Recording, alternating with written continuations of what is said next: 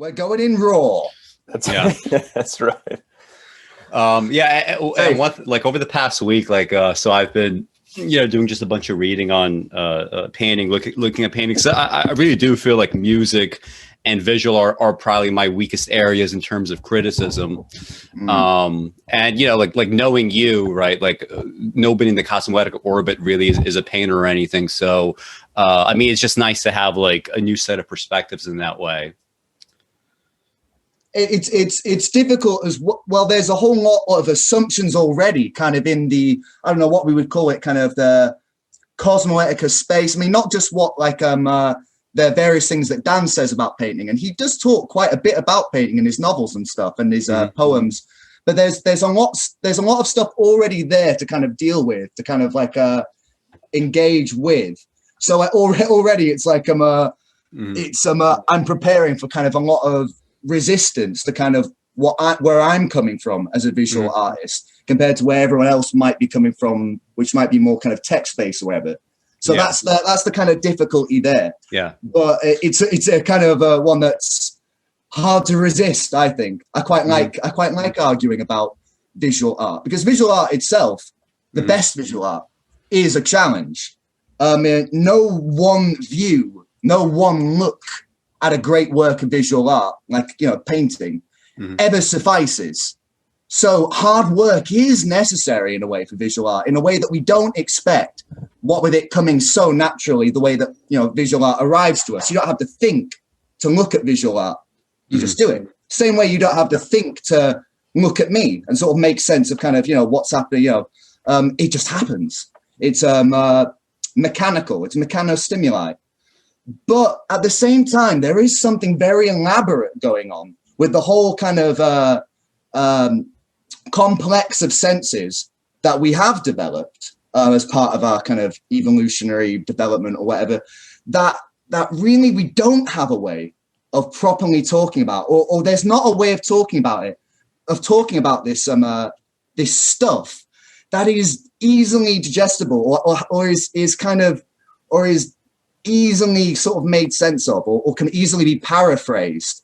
That's the trickiness there, which is what means to me that this has been neglected in a way. Kind of this overall kind of visual experience. It might be easy to say things like visual experience, visual pleasure, but when we actually get down to it, what are these things? When we actually try talking about these things, we get in trouble. So, all sorts of fun can happen, all sorts of frustration and contradiction can arise from talking about these things, precisely because they're so hard to kind of, on the one hand, perceive, but then really kind of make sense of. Do you think it's for you, or maybe you could extrapolate this to people in general, like, do you think it's more difficult to talk about painting than it is to talk about, for example, a great poem and explaining why that works, or a great novel, or, perhaps like other media as well? Like, do you think it's more difficult to do that with visual art? With great art, full stop, there's a difficulty in being able to exactly kind of,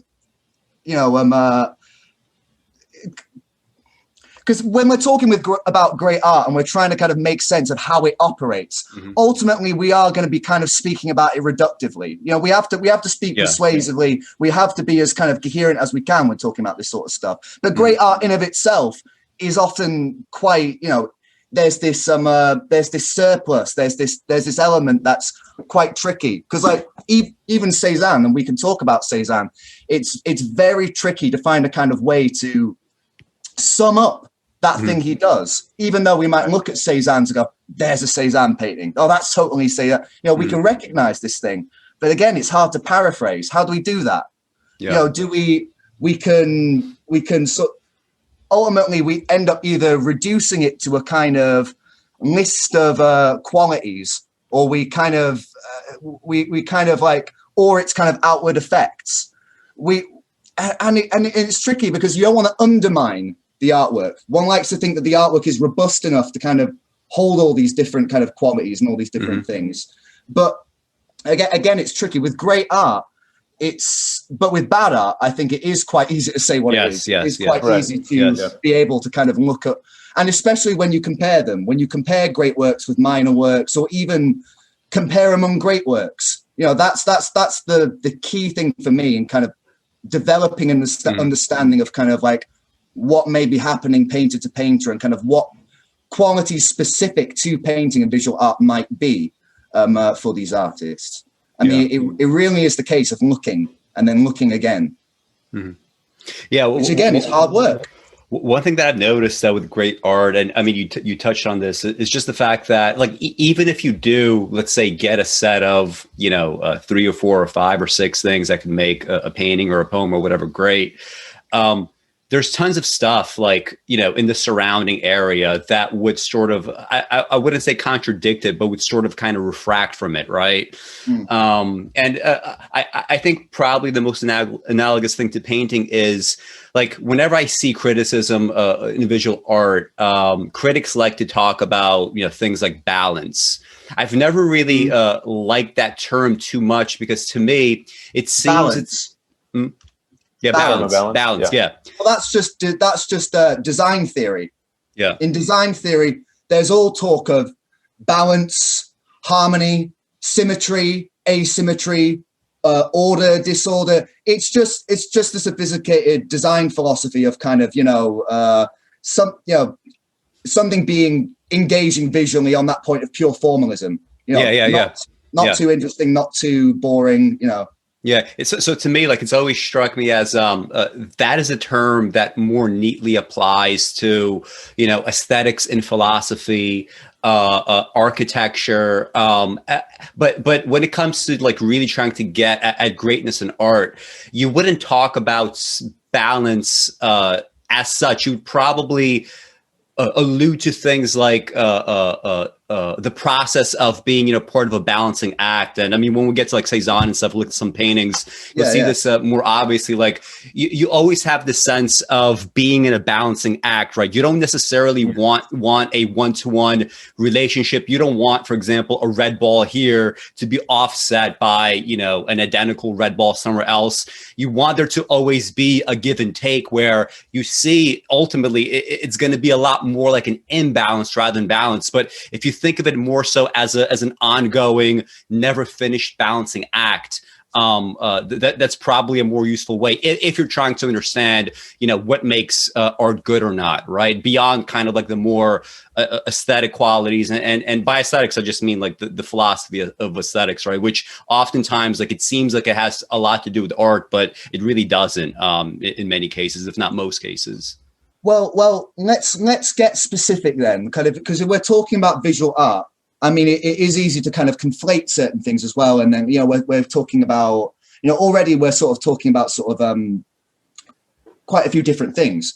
But like painting, for instance, what is painting? And, so like when we, like, you was mentioning balance and that sort of stuff. And like, although I'm not sure I entirely take your point, like I know that sometimes there is a sort of way of talking about pictures which doesn't really do them justice, or feels reductive, or feels kind of like in a way like it's trying to get rid of the painting.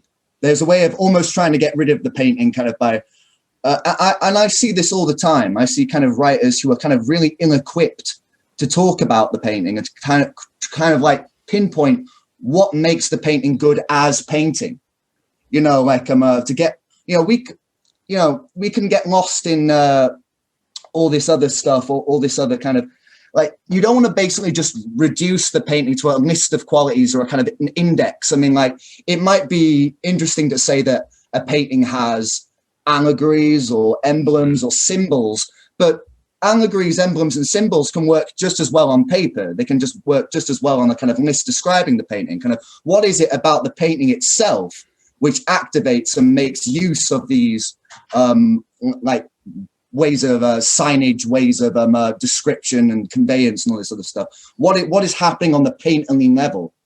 And so I actually welcome kind of a painterly way, a kind of formalist way of talking about art that actually gets down to the making level and talks about the kind of the making of the work as the real drama, the real place of significance. And it's like, and so we can talk about paintings in terms of stuff like balance, but it's not enough to just talk about balance in some vague wishy-washy kind of way. If we're talking about balance, what is really happening in this painting, which is dealing with and making use of and playing and expounding upon these sort of, balance, and I think, Edouard Manet or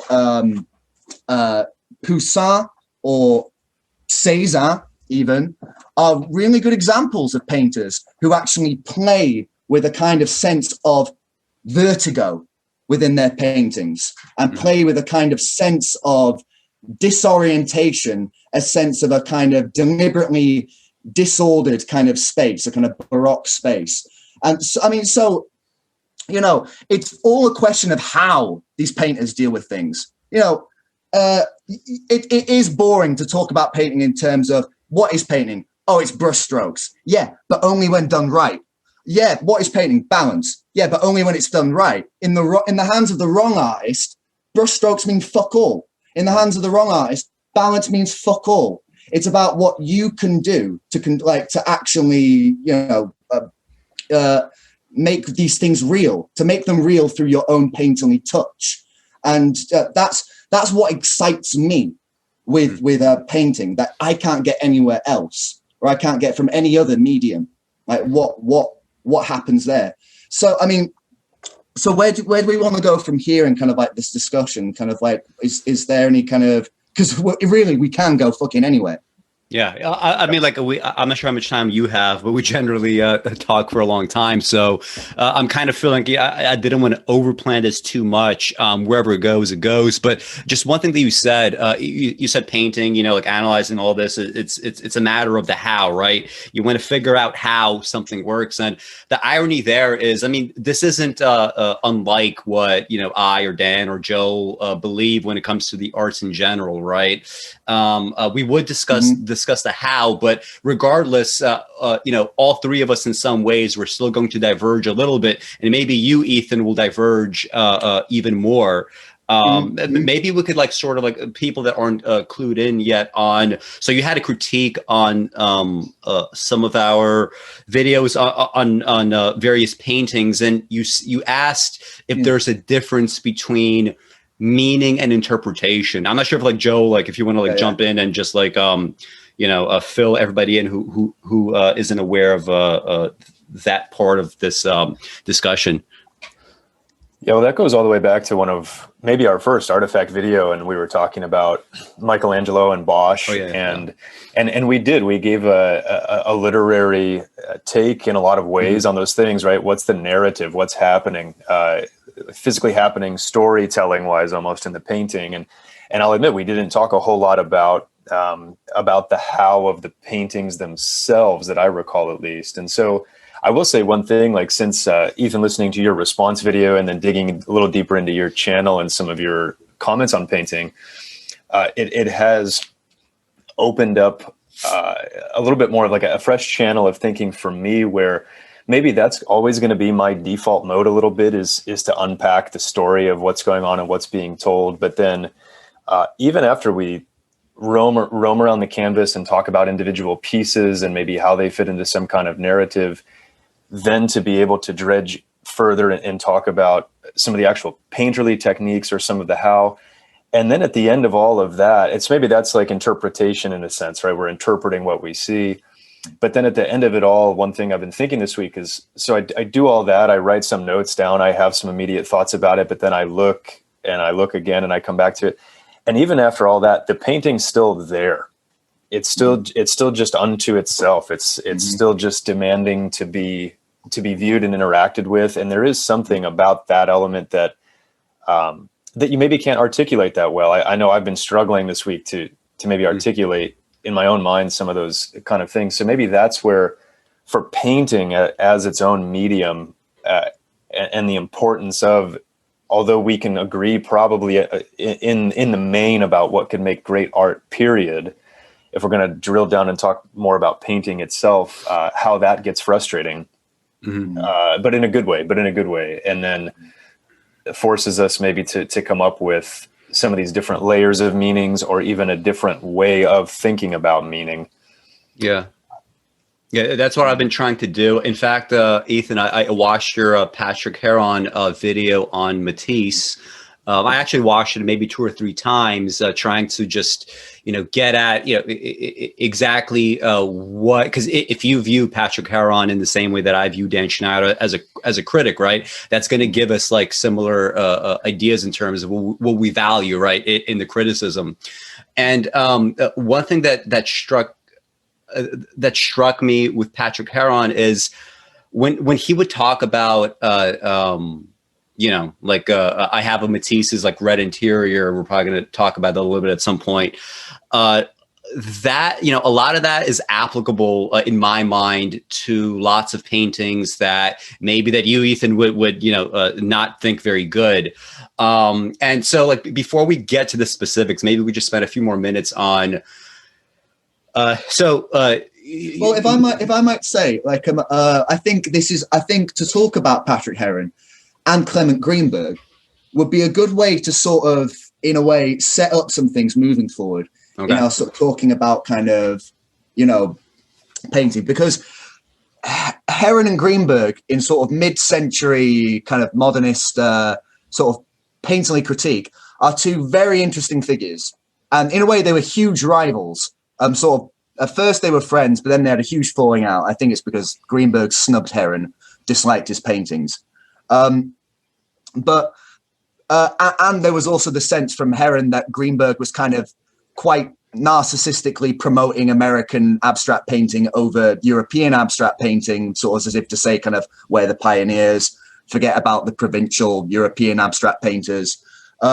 So Heron took that personally. But with Patrick Heron is very laser-like in his appraisal of kind of paintings. Like with Heron, there really is the sense when he's talking about painting, that painting really does come down to that yellow squiggle there, that bit of red there, just that way.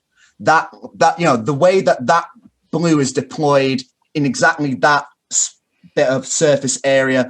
He's really kind of quite minute and like really kind of subtle, but also really kind of beautiful in the way he writes about the painting. But Greenberg was much more of when he starts out, he's a Marxist when he's writing in the 30s. And although later in the kind of 60s, he becomes much more of a swinger, cocktail parties, a very groovy kind of guy.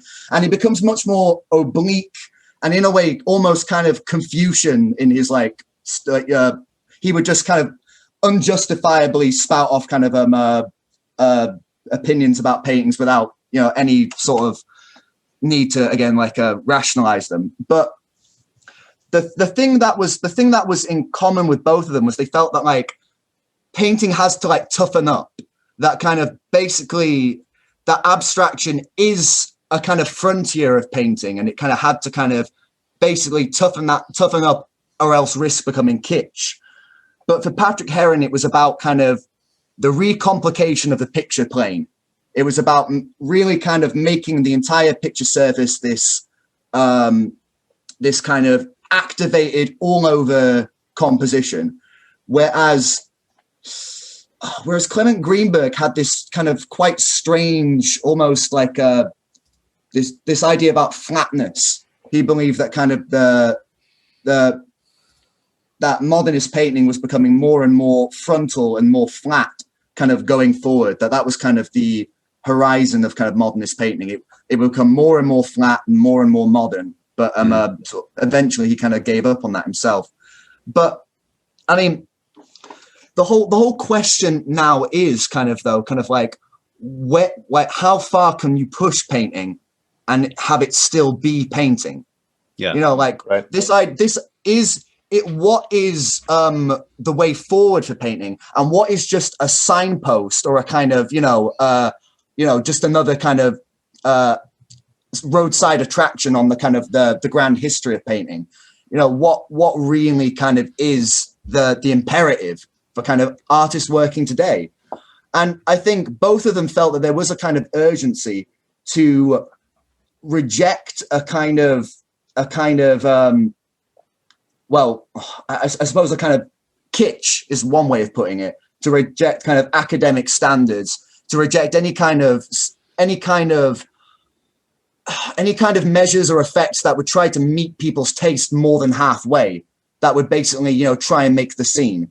Like, what would that look like? What is an academic standard when it comes to, for example, abstract art, especially if you're saying like pushing it to the edge? Well, for Clement Greenberg in his essay Avant-Garde and Kitsch, he talked about, you know, what is the difference between Pablo Picasso Cubist painting and, say, a communist Soviet realist painting? Mm-hmm. Which do you think would be more popular among kind of, you know, everyday people to hang over their mantelpiece in their living room? They would go with the Soviet realist painting. Yeah. They would get it. And what Greenberg says, what does that tell you? That's the better artist. We can't trust consensus, but then what does that mean for culture? This was the difference between him and Heron.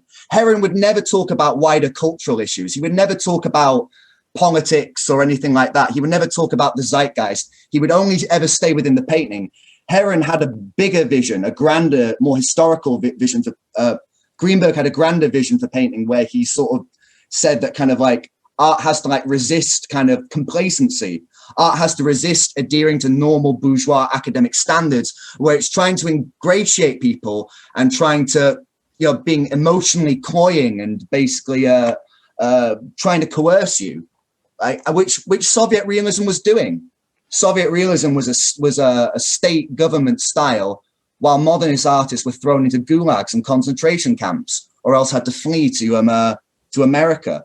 It was you know, and yet it proved popular, and it's still popular today. In fact, Soviet realism is still popular. You see Soviet realists being reformed, selling lots and lots of books, selling lots and lots of merchandise. You see essays written, kind of apologists for kind of this horrible art. And we're slightly getting into polemical territory for me and kind of my views on contemporary realism. I think that's good. Yeah. I think that's good. Yeah. I love figurative art. And you won't meet an abstract painter worth his salt today who doesn't love figurative art, the great figurative artists of the past. Rubens, Constable, Poussin, Cezanne, all the kind of artists of kind of like Van Eyck, Bruegel, all like these are amazing, incredible titans of art. These are incredible artists. But kind of like the way to like really meet these artists and the way to kind of really accept what they're doing and accept it without any fucking bullshit is not to bite their style and trying to paint like them or trying to cosplay as them, which so many fucking kitsch artists try to do.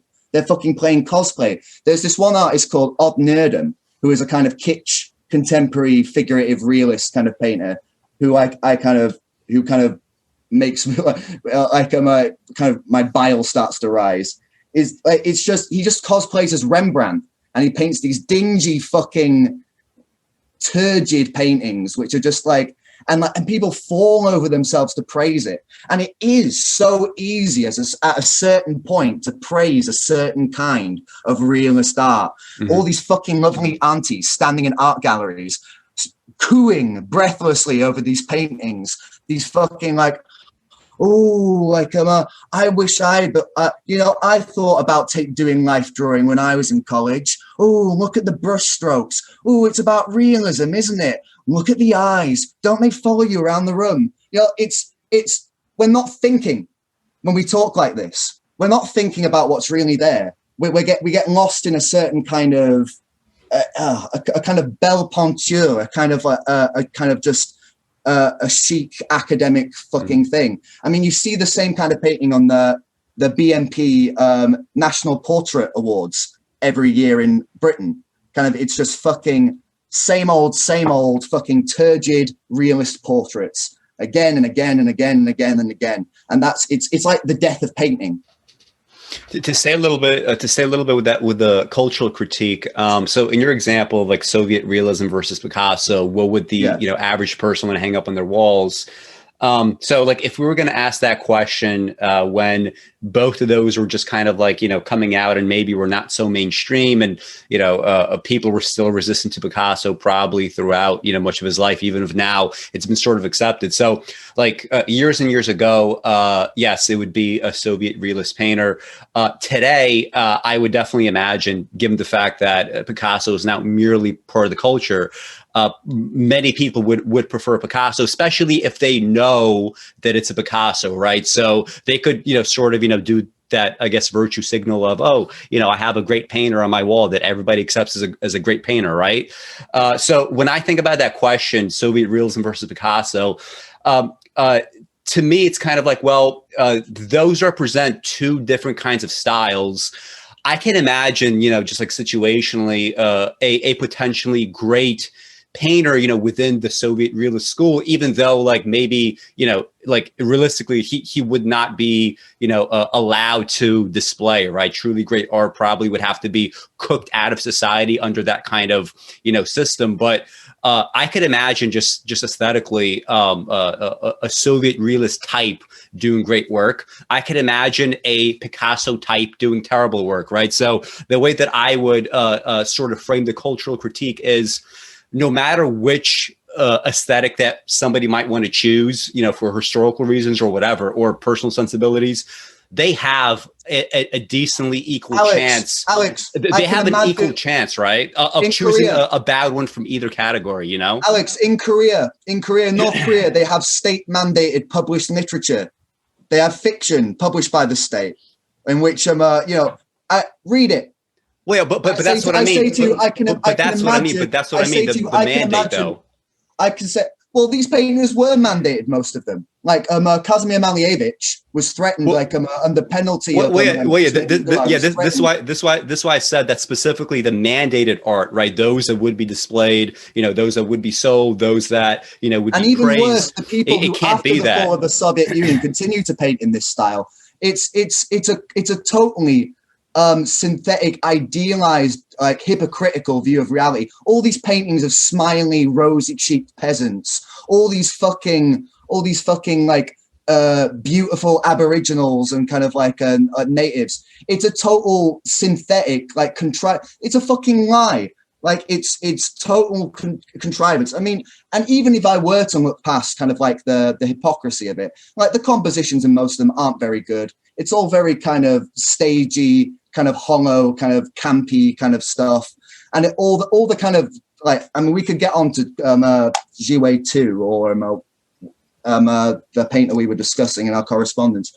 Can I grab you? But so like, can you, for example, imagine, you know, a painting within a certain style? Let's say that it wasn't mandated, right? Let's say that this is one of the paintings that would not be allowed to be displayed in the Soviet Union, but it's within that style, right? I would say that even the best Soviet realist painter would always be minor. They don't probably given the context. I agree. Probably yes. They don't compare with the great realist. They don't compare with the great so-called. Oh, yes, I agree. So-called. Yes. And again, I think that part I can't agree with. Realist is a kind of inadequate term, but they don't compare with the great realist art of the past. Compare any painting by Zhiwei Tu with the art of Chardin, a truly great realist painter who did do paintings of humble, average people, peasants, servants, and it is night and day. It is night and day. Like it's, I think you see the kind of there's just a total hollow. You just get sentiment in Zhiwei Tu. This kind of hallmark Christmas card sentiment. Sentiment is for people without emotions. Okay, like look at Chardin's pictures. There is a genuine warmth there. He feels for his subjects, and not just the servants, but their objects as well. Their tools, the furniture, everything is infused with the same warmth, the same kind of touch. With Zhiwei Tu, it feels cosmetic. It feels totally disingenuous. It's this stoked up thing. And even like we could talk about the paint and the effects and like all that stuff. Even there, I feel like it's a bit literal. It's all a bit how should I say it? It's unvaried. It's cliched. It's formulaic. And it's, you know, it doesn't compare at all to the kind of fluid, varied, limber stuff you get in Cezanne, or the kind of much more kind of, I believe, actual calm, gentle, genuine sort of the genuine human content and the genuine feeling you would get in a Chardin. I'm not against realist art. I'm not against art that portrays, the so-called real. I'm not some kind of person who worships abstract marks and kind of like in a abstract painting. But it is a question of degree of like how these things are used. I think is there a lot of bad abstract art out there? Is there a lot of kitsch, lazy, like a pointless kind of utterly dead abstract art out there? Fuck yes. Is there equally a lot of bad, complacent, hollow illustration, just like fucking figurative art out there? Yes. And that gets more praise and it gets more kind of cooing ekphrasis and like literary analysis than anything. And it means that these artists get just overexposed, overpraised. People continue painting like that, like it's a good thing. They can imagine sort of fantasize in a cosplayer way. I'm a 19th century painter. I'm a realist. Look at and it just encourages laziness. There has to be a more rigorous approach to this. I take a stance about some of this stuff where it might sound kind of moralistic to like denounce Soviet realism and go kind of like that sort of stuff's off the table. That's not painting, but it really isn't. I mean, like when I take when I look at the whole continuity of art history, Soviet realist painting just seems like utterly perverse, and it's utterly perverse to compare it to the art of Chardin or Cezanne or any of these other realists. Do you want to talk about one of the specifics? Joe? Yeah, well, I was just going to say too, I think, Ethan, I can see your point in it, and I'll use an example of like years ago, I came across Grand Central Atelier, which I think is based in New York City and is a school for upcoming artists. And when if you go on that website and you look at the work of the artists there, I think this speaks a bit to the point you're making, where it hit me at the time that just from a purely technical standpoint, some of the draftsmanship and some of the lighting setups and like the still life paintings you'd see and this kind of thing were in a way perfectly executed. But when you actually thought about the artwork and what you were seeing, there was no there wasn't really any life to it. And it felt way too academic, and as though like long-term, there's not going to be really a whole lot to recommend here, even though these people clearly are of a skill level just with their mark making, with their drawing, whatever, that they could be great artists if there was some kind of engine room, if there was some kind of drive toward a different view other than just a rehashing of these things that we've seen before and doing it with less life to it.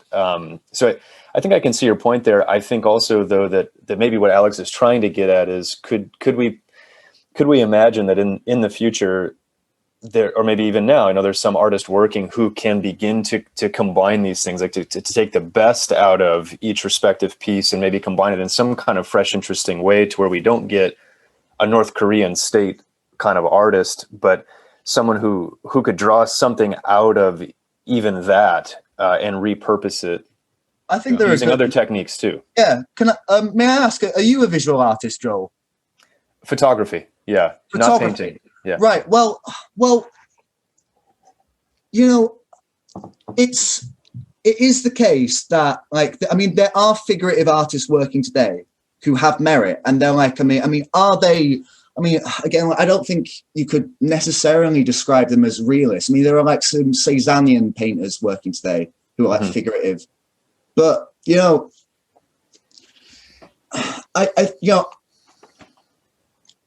a way, I'm totally in favor of a certain kind of art where you can see that the hours have been put in, and you can see a certain kind. I do value craft, be able to see the making there. But I think with certain kinds of art, the stuff is kind of too easily made there. There's nothing there to work. It's all done for us.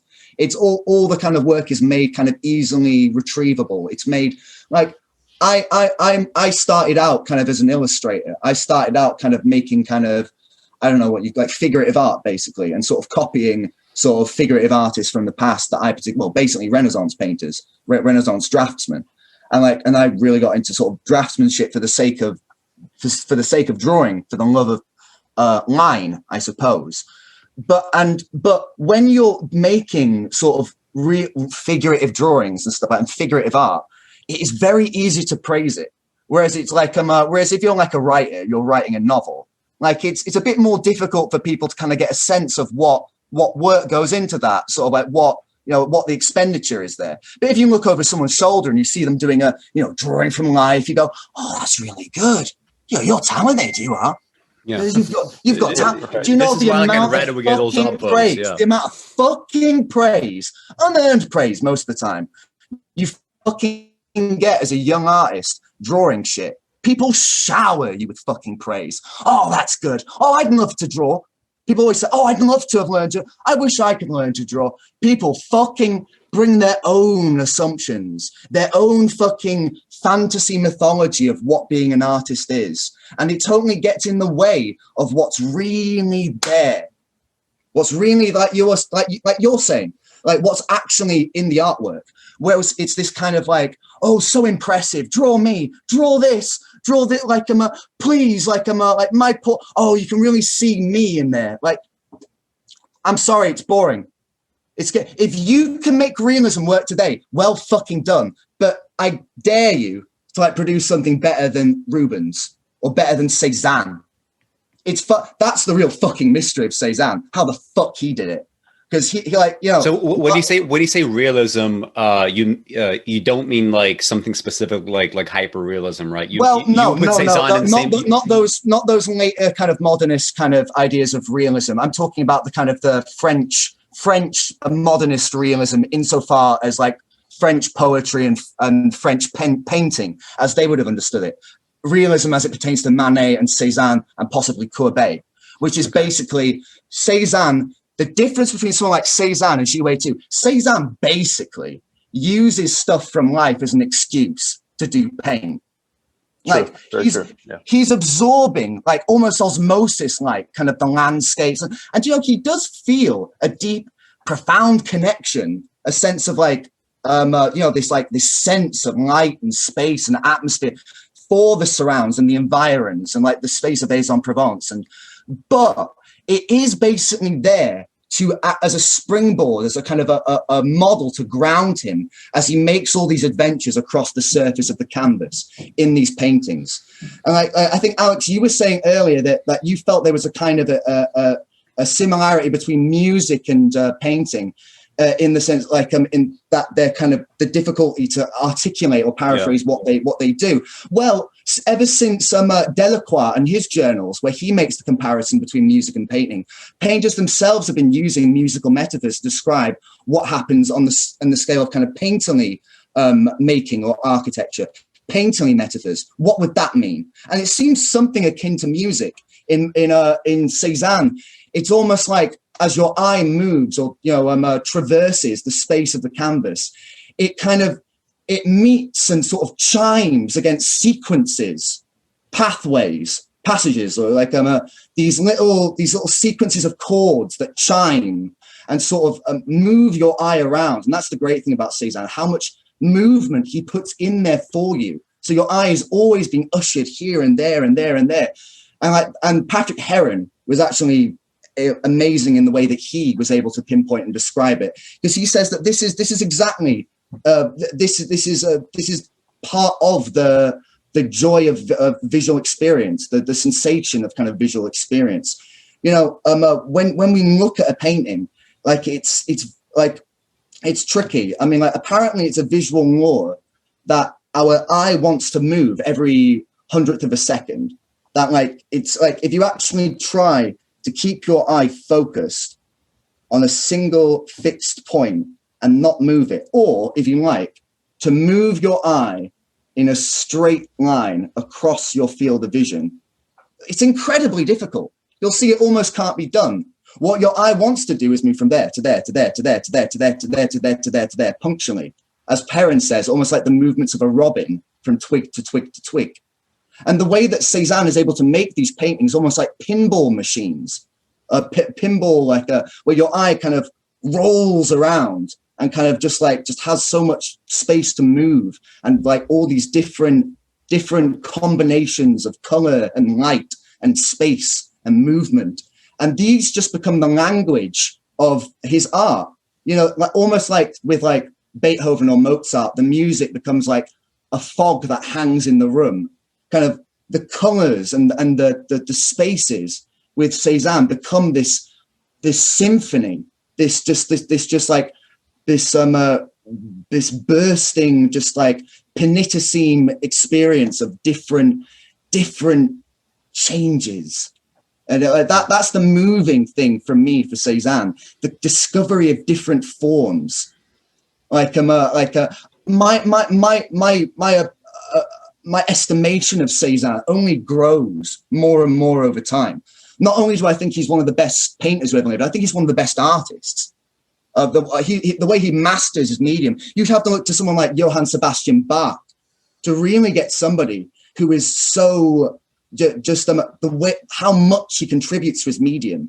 You know, in the same way that continental philosophy still hasn't gotten over Kant, painting still hasn't gotten over Cezanne. And I know a lot of painters who personally hate me for saying that. Like, I had an argument with the gallery owner of Jan Tan Tether down the street, and he always complains about all these fucking painters who think that painting basically died with Cezanne. Like, I'm like, ouch. Like, that's me basically. Like, it's basically an obsession for me at this point. I mean, do you guys want to compare all that to Zhiwei Tu? Now I have a painting up. I'm not sure if you guys have. Yeah. Go ahead, Alex. Yeah. So if you Ethan, if you have anything you want to share, you see that share screen button on the bottom. It's going to let you share whatever you want on your screen. So I'm doing it like that now, right? So now we could just go in between, right? And this is going to appear in the video when it's clipped out. So, I mean, like, Joel, do you want to like say anything about this painting, I guess, before I guess Ethan attacks it? I'll have a lot to say too. Yeah. Well, so what to say? Well, I think that in looking back over Tu's website, which, Alex, you're right, he did change it from years ago. But, you know, when you go through there, I do think maybe it's a bit of recency bias and listening to Ethan and Mark on their podcast talk about painting and whatever. But when I look at Tu now, because it's been years since I've really taken a look, I can see what Ethan's saying in terms of just the realism and in a way the kitsch and the appeal to a more narrow set of what we want and expect painting to be, and almost maybe a little bit of a feint or a juke in terms of the abstract marks that get made. Because I remember when Dan was praising Tu years ago, one of his big things as well, there's this abstract painting for the most part, with the mark making and the use of color and whatever, and how like sketchy the brush strokes are and these kind of things.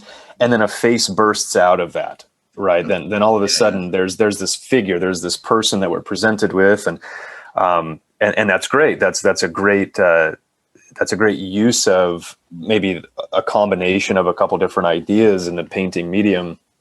And I will still say, I think personally, some of that holds up for me when I look across his body of work.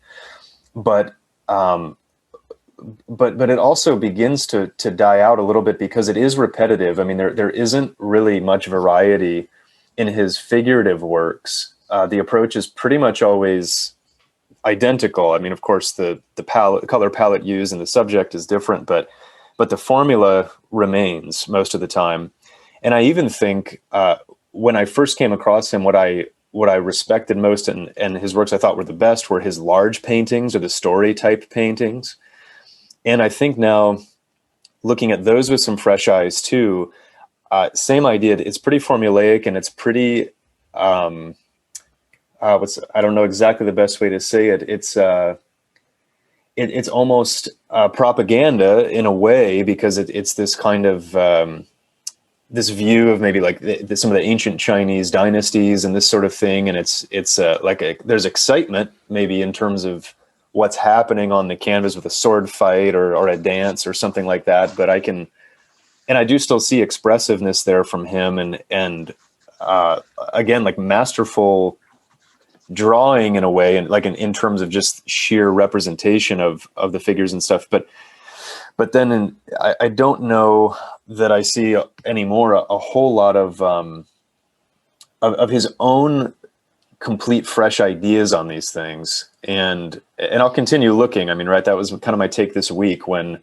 I came back to it, and I'll keep revisiting his work. But that's what I was thinking, looking at it this week. This particular painting, I think that there's still some things to recommend. The use of lighting that he's got in there, and to Ethan's point about like the eye roaming around the canvas. I mean, for me, some of that does happen, and then it has this focal point with the face there that draws you in, and so I think there's something to that.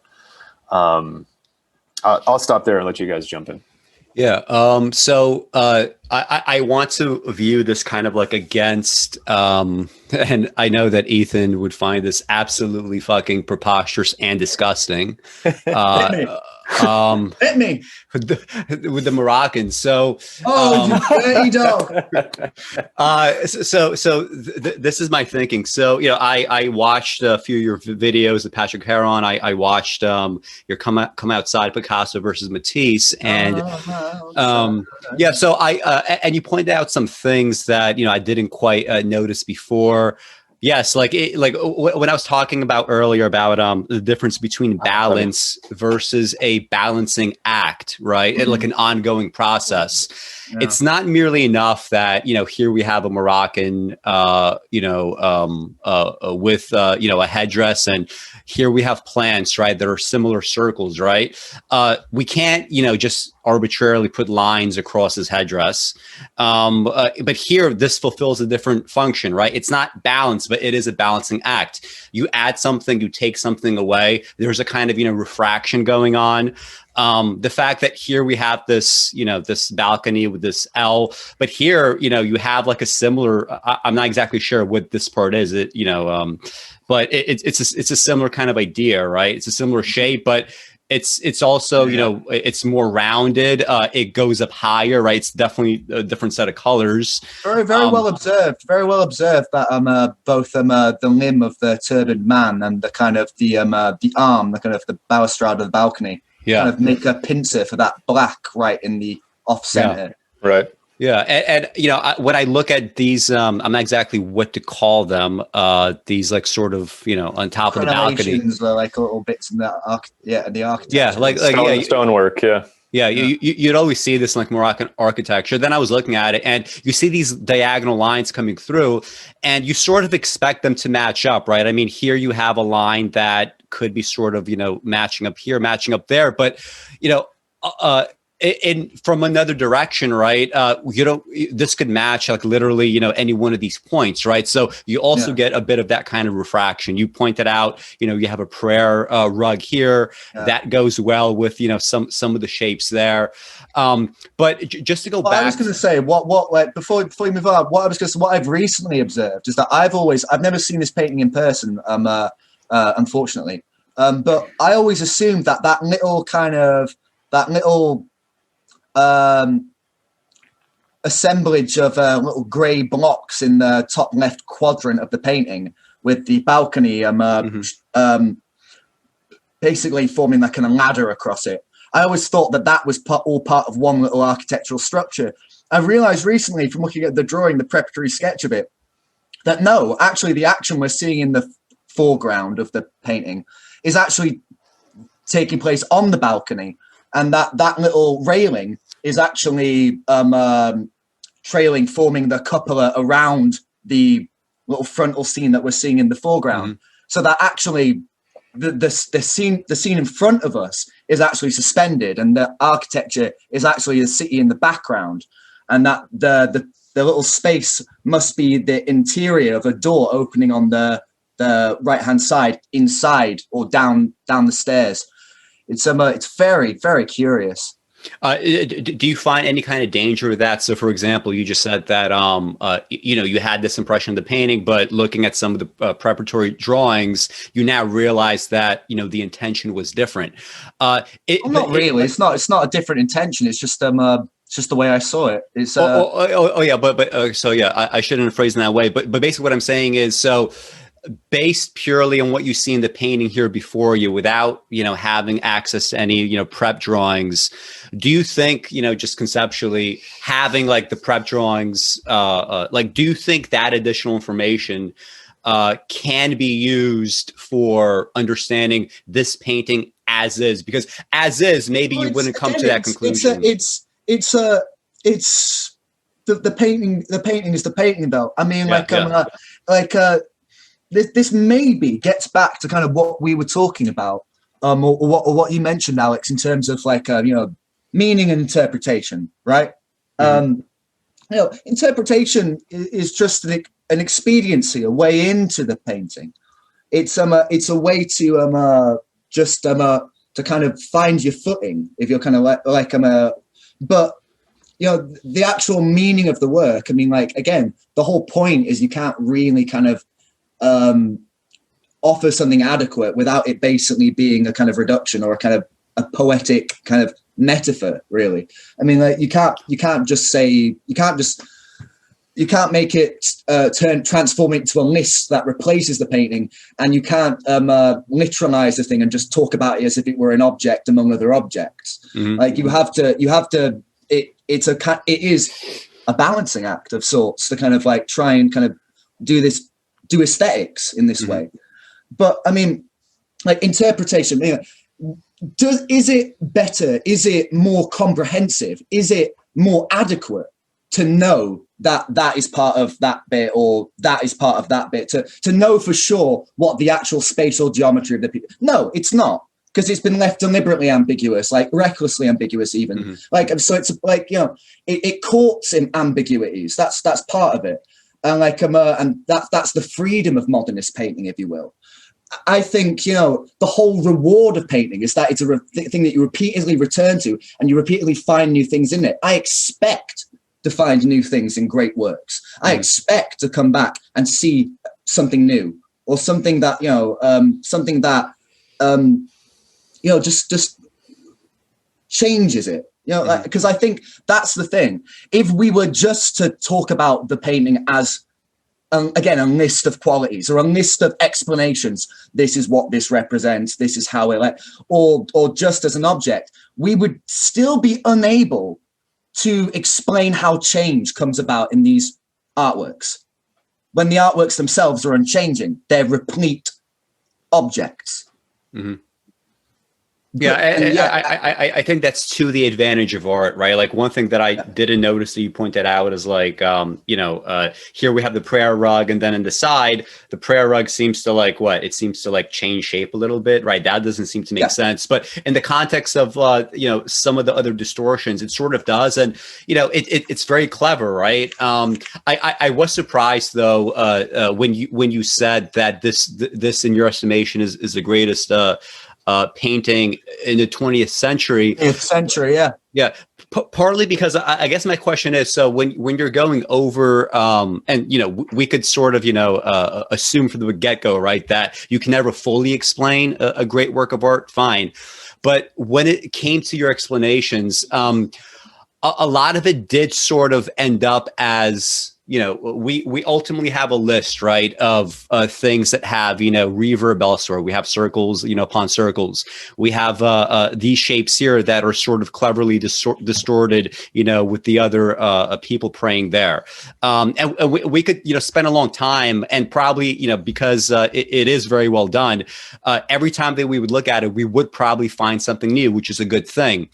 But I wonder, just conceptually, if this is the extent, right, when it comes to discussing great painting, if this is the extent of what must be discussed, are we just sort of creating essentially a listicle? When do we have that transition from a painting that's maybe sort of clever, has interesting features? Where exactly do we make that transition from that into like genuine greatness, because to me, like that difference between meaning and interpretation, I think I can make an argument for greatness out of that, right? But if you view art differently, like what would your answer to that be? Do you believe this is a great painting?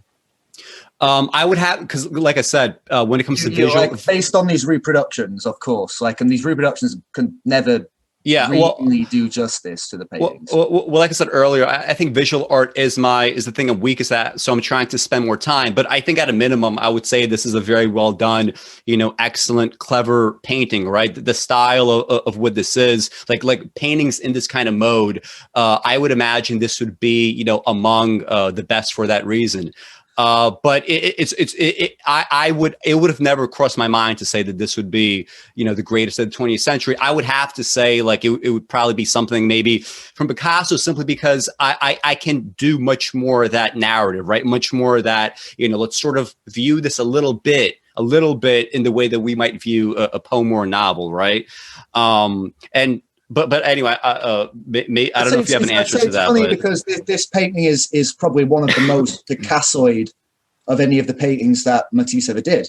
Yeah, that's true. Yeah. I think, to return to kind of like Greenbergian ideas or like Heron-esque ideas, formalism, the reward of formalism, insofar as it applies to painting for me, is, we talk about things like balance or composition or color. What are we talking about? Those things sound rather vague and boring. It simply becomes the case that when we are trying to talk about painting, which is what we're trying to do, and it's what we're talking about in a way. When one talks about painting, it gets very easy to get lost trying to kind of say things that sound important. It gets very easy to get lost in a certain kind of breathless, sort of waxing poetic kind of way of talking. It does, certainly for me. It's much better as well. We talked about objectivity as well. I think when we talk about painting, if we stand in front of paintings, like say in an art gallery, and I think this is the best way to talk about, to compare paintings to paintings, that's where the real proximity of qualities and failures becomes apparent, I think. Mm-hmm. But when we're in front of paintings, to ask ourselves, which painting has the better color? Tricky question, but immediately we're talking about something that's there, which is present, which is concrete, which is, there on the surface, which adheres in the painting. And so I would ask you, when you're looking at paintings, when you're looking at this painting, does this painting have good color? Well, what does that mean? Compared to other paintings, does this painting have good color? Does this painting have a good, interesting, remarkable composition, would you say? Does it have, what would you recognize in a good painting? Well, I would expect in a good painting, emotion, whatever that would mean. I would expect detail, space. Hell, painting is illusion, right? There has to be some sort of space in there. It doesn't have to be deep space, but some kind of idea of space. These paintings that I tried to talk about, these painters I tried to highlight, are painters who I all think are taking sort of pictorial language, the language of kind of paint, the sort of the metaphors of paint, the syntax of paint, and are trying to do things that are difficult. Sometimes they are kind of, they don't lend themselves well, but I mean, here in this painting, I think we get all sorts of strange kind of, I would say on the one hand, kind of abstract things happening, but all sorts of dialectical kind of things happening too. Some sort of conversation of signs and countersigns, claims, and sort of different sort of spatial, different spatial kind of, different sort of spatial declarations, different kind of, a varied kind of, a variance of painterly touch, a different kind of surface. I think, the more I look, the more I'm seeing Cezanne in there. I mean, kind of like the ovals in particular, I don't know, I don't want to get caught digressing about Cezanne, but, but I would every day I will stand up and defend this painting. And I can but I mean, I do think kind of that's the urgency. I said in a recent Rilke on Cezanne video, quoted Rilke saying kind of if painting has to be reckless. Good painting has to be reckless. Otherwise it's, not trying hard enough. It's not like I think Matisse is an interesting painter, and it's always with great art, from the past, from now, there will be a part of you that resists it or wants to or isn't ready to accept what's happening. I don't see that as an arrogant thing, oh, I'm ahead of you. That's literally the way these painters work. It's a slow thing. I don't know anyone who's ever looked at a Cezanne and fallen head over heels in love. I don't know anyone who's seen Cezanne and gone this is the best thing I've ever seen. This is the god of painting. No, even when I first saw Cezanne, I was slightly kind of repulsed. It was the first Cezanne I ever saw was in an almanac of impressionist paintings. And it was one of his late bathers paintings. And I found it kind of a bit off-putting, the way that kind of he seemed to have spent more time painting the buttocks of the bathers than their faces. These weird slab-like bodies. I just didn't, I do. It's so easy with painting. One glance, you decide. One glance, you move on. What brings you one back, and what explains the difference when you look at a painting and suddenly it's remarkable? Yeah, this is what you get. Yeah, that's actually a very good point. I think it's very easy for people to be dismissive of painting simply because, when it comes to reading a poem, even, right, you at least need to sort of understand the relationship between the lines. But if you just get, let's say a landscape or whatever, just a purely, especially if it's realistic, right? If you have just a purely visual representation, people file it away in their heads as, oh yeah, I've seen that sort of thing before. I know what this is about next, right? You can't really do that as easily with other art forms. But again, the reason why I wanted to talk about the Moroccans here is to bring this back to here. Yeah. So when I was listening to your comments in the video, as well as Patrick Heron's comments, I started practicing. I was like, all right, so if I sit down, with this painting, can I say some similar things? And the reason I asked you that question about if we're doing more than just creating a list of, clever aspects or, uses of color or whatever in a painting, if it's more than a list, what prevents me from, for example, doing the following? So when I look at this painting, before I even get to the kind of, narrative elements, which I will, just pure visuals, right? So we have this, it seems like it's some kind of oil lantern here. Very much stands out, right, from the rest. A couple things stand out, actually. We have, the white here of her kind of scarf or whatever, very prominent here compared to all the other colors, right? And the fact that you have just so much white in one area. Next to it, you have not even so much black, right? It's, you have some green, you have some black, you have definitely a lot of dark blues. You have the same pattern here in her belt, right? Using, using this oil lamp, right? These are not straight lines. It's very curved. It's rounded. It's something you could see in a still life. You have the same kind of quality here going in the band there. When it comes to, having a balancing act, right? You're not canceling out, this shape by using this white shape, but you still have a balancing act, right? They're sort of doing something to one another. The fact that here we have this table, right? And it's a certain kind of thickness here. We have the same thickness in this band going on in the in this coat that she's wearing. When you have Patrick Heron talking about this, not this one, sorry. Where is it? Anyway, when Patrick Heron is talking about how the shutter's sort of framing, the painting, it's giving you a depth that if he had decided to do things in a more normal perspective, it just loses so much. I mean, you could say something similar about this here, right? If you simply had this orange wall in the back and the whole thing was closed off and you had that orange wall, you wouldn't get necessarily that much of a sense of depth, except what's going on here in the front. Having, and also this second I guess, little column here, right? It's sort of like behind the wall. So that frames things in terms of perspective. We have these undulations in the coat that weirdly enough follow the undulations in the wall, but you can imagine both things being true. You could have an oversized coat, therefore it's going to have undulations because it's oversized on a smaller body. You could also imagine a wall being built in this way. And the fact that, he decided to have this like little column here and a little bit of a little bit of the green landscape in between, that adds something. So the point I'm trying to make is before I even get to the narrative aspect, I could sort of rattle off all the different ways that this painting works in a painterly fashion with much the same vocabulary that you use for the Moroccans and much the same vocabulary that Patrick Heron might use. And then, of course, because this is more kind of, a more kind of realistic painting, it's even a little bit easier to have a narrative that you don't necessarily get with the Moroccans. So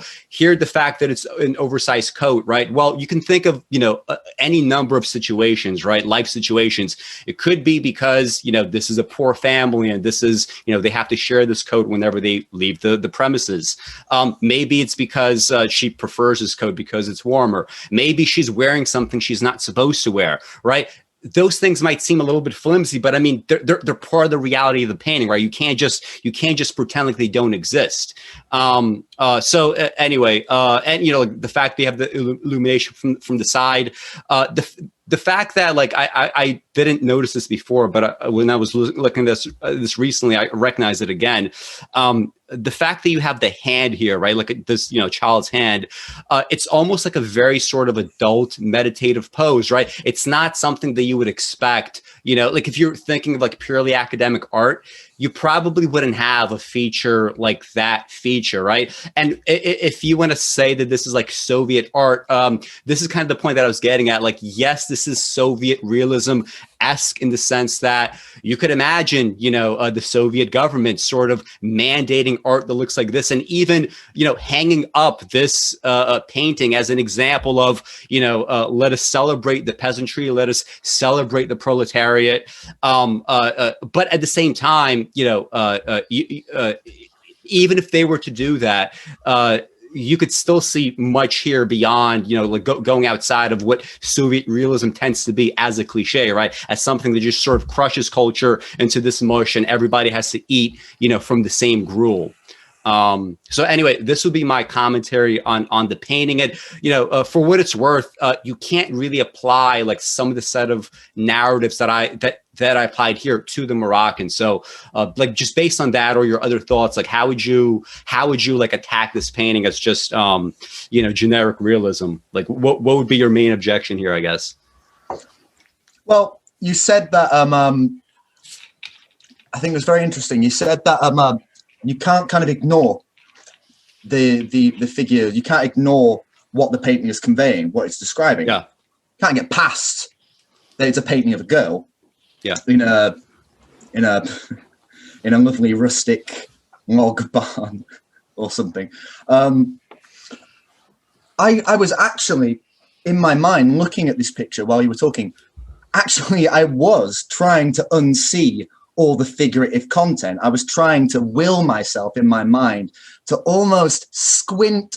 When you squint, it shuts down your frontal vision, which is the part of your brain that kind of basically is, the mechanostimuli that's involved with. So basically you get a more sort of concentrated, like when you squint. Mm-hmm. No, you're right in a way. You kind of can't get past the kind of subject matter. And that's exactly what I hold against the painting. Because, it is a kitsch painting. It's a painting of a sympathetic little peasant girl. Oh, look how poor she is. Like, it's Victorian, man. Maybe, right? It's Victorian. Maybe. And, I look at Victorian pre-Raphaelite painting. Yes, there were little shabby paintings of peasant girls with gnarly hands. Yes, there were endless discussions in the press about, these paintings of peasants with hands. My goodness, this is English provincial. Like, come on, and maybe Corot can get away with it because that's all they knew of realism. That's what realism was. But this is a painter working in the 21st century. he can choose to paint whatever he wants. He chooses to paint this. But I mean, we can't just say peasants are off limits now. I mean, we can't do that, right? Like, it's just not. But what kind of? But this, look at it. It's like a little. But I am. But that's my objection, though. That's my objection. A little sympathetic peasant girl. Like, I mean, like, how else are you supposed to feel about it? It's just there for you to feel sorry for it. Don't you feel that? Don't you feel that? No. I mean, my impression wasn't necessarily that this is poverty. I mean, the point I was making is, this can be an example of poverty. No, nonetheless, she's a rustic peasant girl, nonetheless. It could be. We don't know, for example, the size of her farm, right? Maybe she's one of those kulaks, right? Maybe she has a larger farm. Like, my point is, like, we can't Look at her face. It's horrible. Her face isn't integrated with the rest of the composition. It's like a horrible illustration from a Merry Christmas card from the 1950s. Okay, so that's something I think objective that we can focus on. So when you're saying that the face is, you know, sort of like out of harmony here, what exactly do you mean? Like what exactly does that mean? Well, it's just kind of like, it's like the style of it is like blatantly illustrational. Like, one feels almost like kind of like that was copied from a photograph, and the rest is kind of sketchily filled in this kind of impromptu way. And like the painting style is just the same repetitive kind of slashing brushstrokes. It's too literal. It's in these patches, which again, you get much more variance of different things, different marks and touches and Cezanne, different kind of colors. I mean, I'll give it to you. This is a better composition of Zhiwei Tu's than I've seen. Usually they're kind of very boring, kind of like horizontal paintings, but like although this is a kind of upright portrait painting, she's slightly off center, but still the center's the center, the figure's there, the surrounds are the surrounds. And like, I mean, yeah, you're right to point out these kind of architectural echoes within the frame and all this other stuff. I mean, like, again, that's kind of the language of painting for me, and it's just kind of, I don't know. Is this exciting for you? You know. I'm not sure if I'd use the phrase exciting, but I was just surprised to hear that, you know, you just said Zhiwei Tu was just completely, you know, Soviet-esque and not really worth looking at for that reason. And he seems like a very nice person. He seems like a very nice person from like what I've read what I've read of him. So it's, you know, it's nothing personal.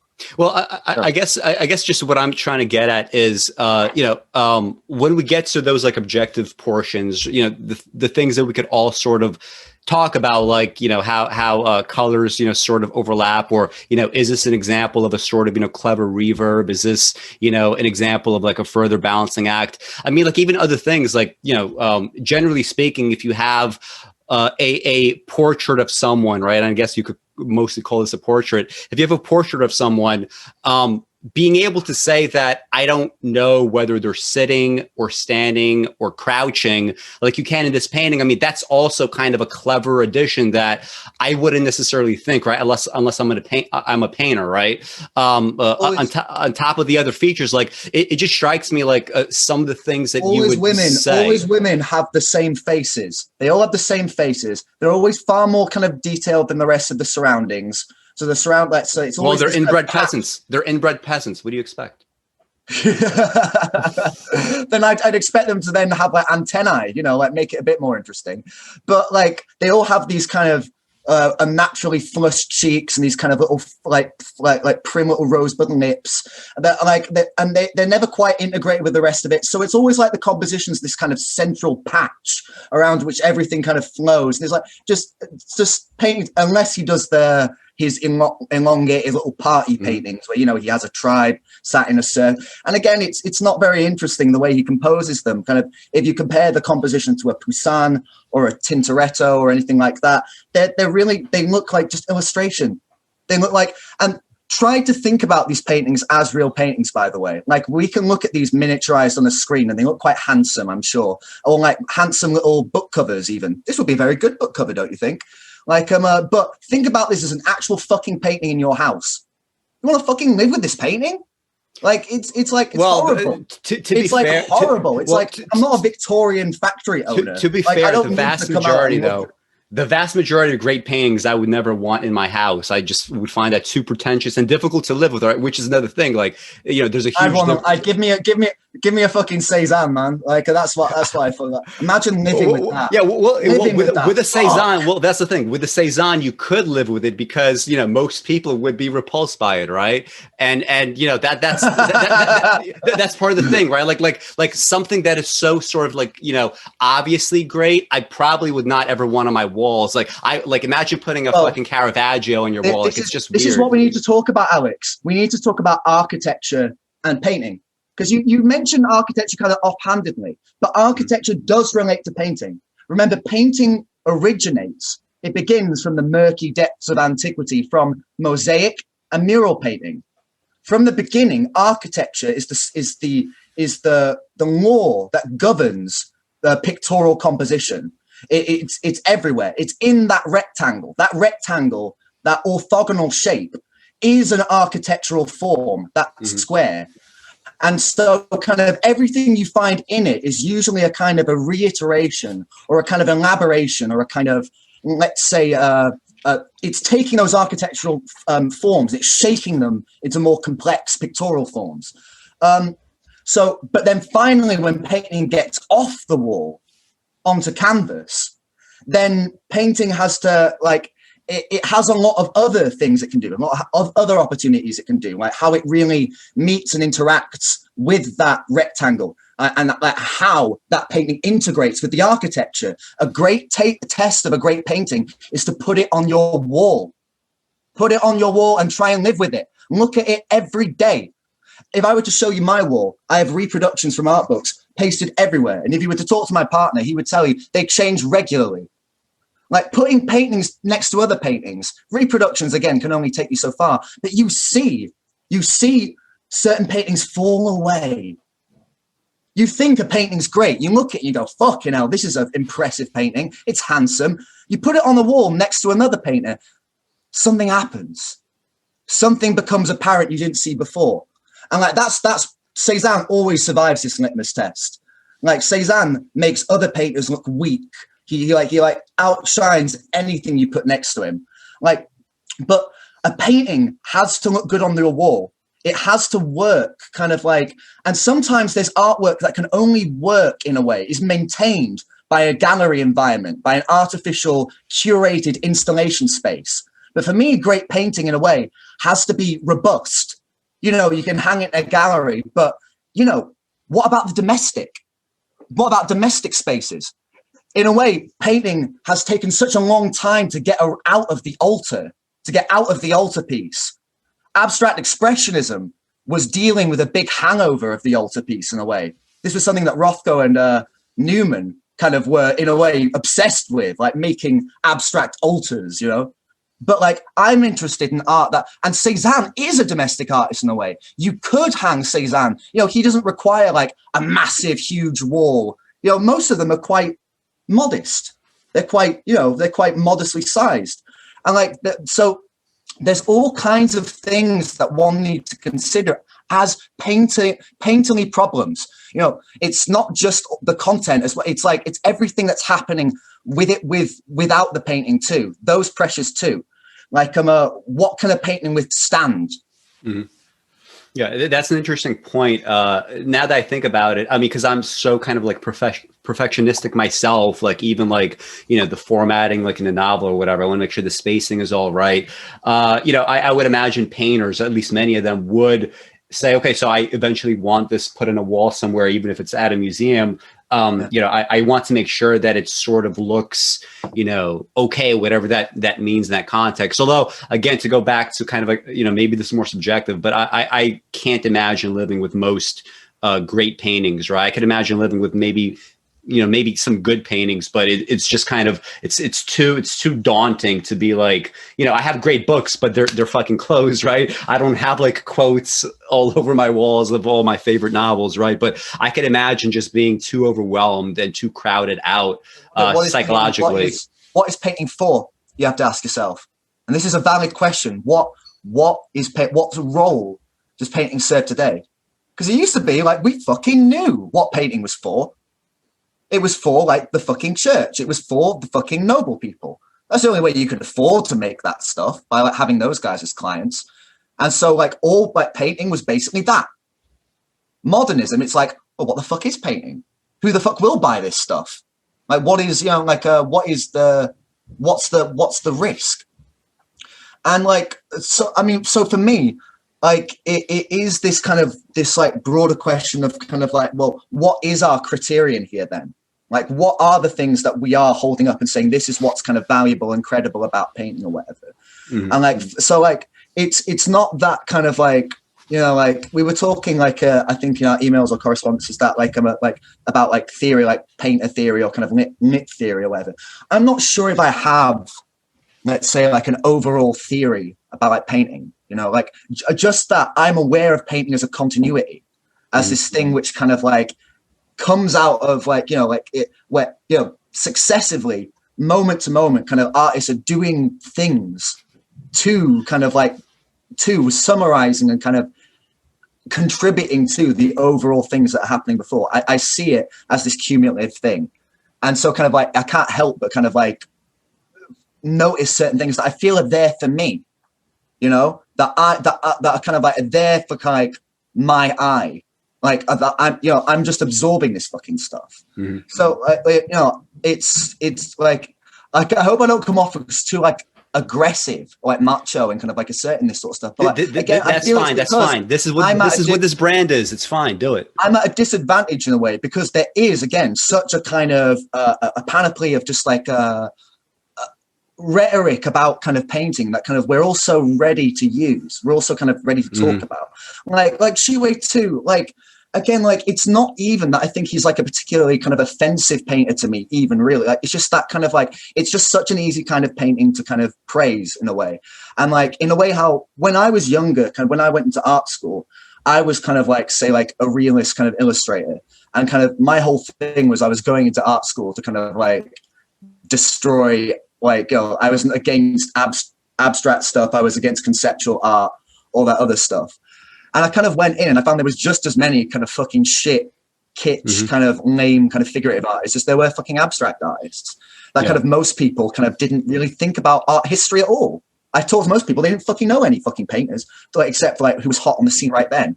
Or I talked to other people and they, you know, they didn't have any kind of like, you know, it's almost like art was just like a thing they did. Mm-hmm. For me, it's like I need to know all this fucking shit. It's not that I think all this shit is necessary, Alex. It's not I think this is all necessary, Joel.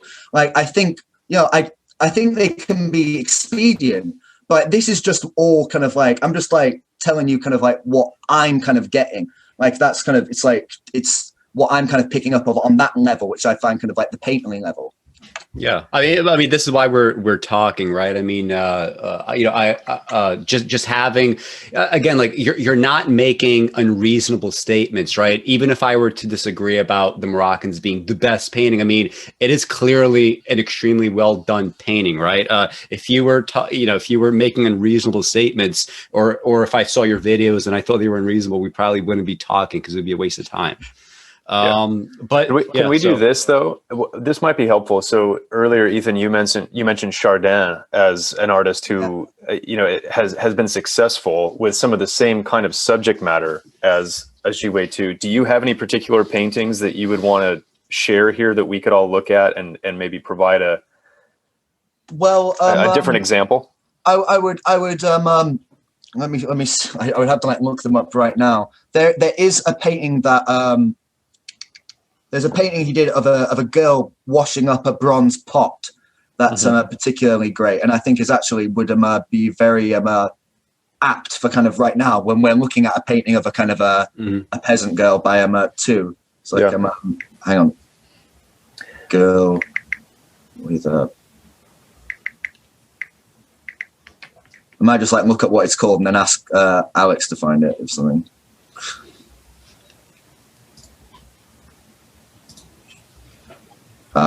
Here we go.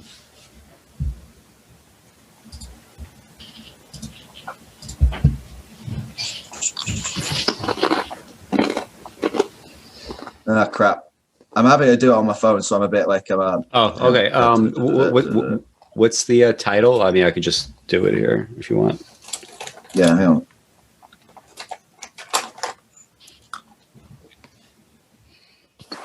Well, look up a painting called "The Young Schoolmistress" by Chardin. Yeah, look that one. Sorry about that. Like, my phone is crap. "The Young Schoolmistress." That's a very good one. Let me see if I get a good. Okay.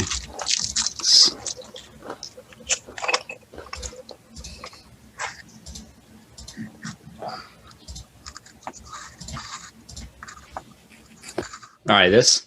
Yep, that's it. Now, compare this painting to Tu's painting. With all the forced sentiment of that previous painting. Look here. Look at how much genuine warmth there is in this painting, just off the bat. Like there's no kind of like this really is tender. Like Trevor Winkfield in his essay on Chardin said, warmth and empathy is almost like the moral code for Chardin. Even when he's doing still lives, he has like this empathy, this sympathy for it, like almost this delectable quality, you know, like but again, not this kind of cosmetic, like a stoked up confectionery. You know, I complain about Tu being almost like this Belle Ponture kind of painter. In painting, if you have the right equipment, you know, if you have a little bit of a studio training, if you kind of like mix stuff together and brush about, you kind of can sort of massage some interesting stuff. You know, you can get some interesting stuff happening very easily with painting. And there's a certain kind of painter that kind of stops just as something interesting is starting to happen. I always feel like there's something kind of lazy, unfinished about Tu. It's a bit too gestural, it's illustrational. He turns the brush making to a kind of an effect. But Chardin, like, again, this painting doesn't quite do the surface justice, but there is an interesting touch here. I mean, just look at the wall, look at the clothes, the skin. Everything here has just this luster to it, this kind of this glow. But then the composition itself is quite interesting, actually. It's, in a way, the composition is sort of oddly precarious and slightly grotesque. Grotesque? What do you mean by grotesque? Well, follow the profile of that girl on the right. Mm-hmm. Her nose down to the plunge of her breast and kind of this strange, odd kind of dull grey silhouette it creates right in the center of the painting. Mm. Like this sort of tilt, this sort of ostrich turkey neck kind of thing is really kind of quite odd. But in a way, it works. You look in certain Chardin paintings, he often struggles with this foreshortening of the elbow here. Here, he pulls it off. Very beautiful how he gets that and how it's almost follow from the top of her head down to her elbow on here. Just look at his touch. He's next. Look at that hat. Look at that hat.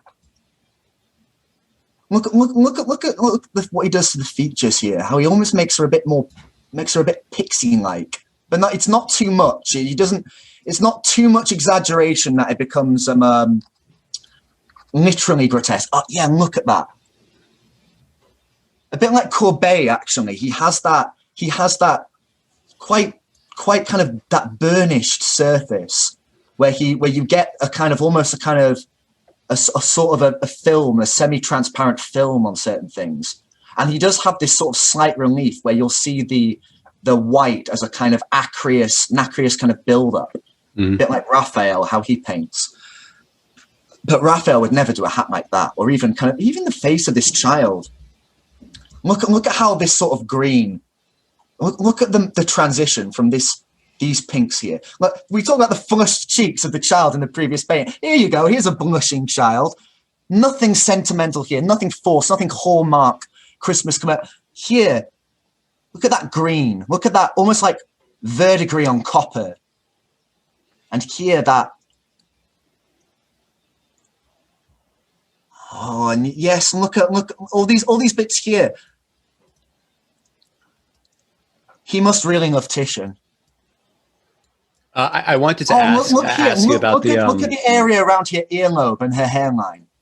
when I'm talking about the build-up of whites and the sort of the way he sort of turns certain painters like Chardin would leave bare canvas to create the highlights, but here Chardin does the opposite. He almost builds up the highlights to a sort of a slight relief. Look at that. When you look at the way that Tu breaks the surface of his paintings, there's no logic to it at all. There's no real sense of volumetric clarity. It's just a kind of, it's just done from a photo. And then he just sketchily fills in what he half imagines, or that's the way Victorian painters would have done it. So like, again, it's just painting in a way that like, we don't need, yeah, just to look is pure revelation with painters like Chardin. Do you guys still hear me? Yeah. When you, I wanted to ask about the rouge. So you originally characterized this painting as just having this kind of overwhelming, perhaps non-sentimental warmth, right? And especially, in something that involves a teacher and a child, right? And the child is sort of perhaps straining to learn. You could expect in that situation, rouge on the cheeks, but you objected to, I don't know why this is like, oh, sorry. Yeah, that's just what I mean. Look at a painting like that. Wait, hold on a second. Is this still sharing or what? You just exited the share. I can see you in the main thing, and now Joel. Yeah. So, I mean, if one of them is being called, very warm, right, and the rouge in the cheeks is allowed, I'm still not sure what your objection is here. If you're trying to say that the cheeks are more red in this painting because it's a more kind of red color palette, again, I don't accept that. But then again, I think the my question was the color as light within this painting is also incoherent.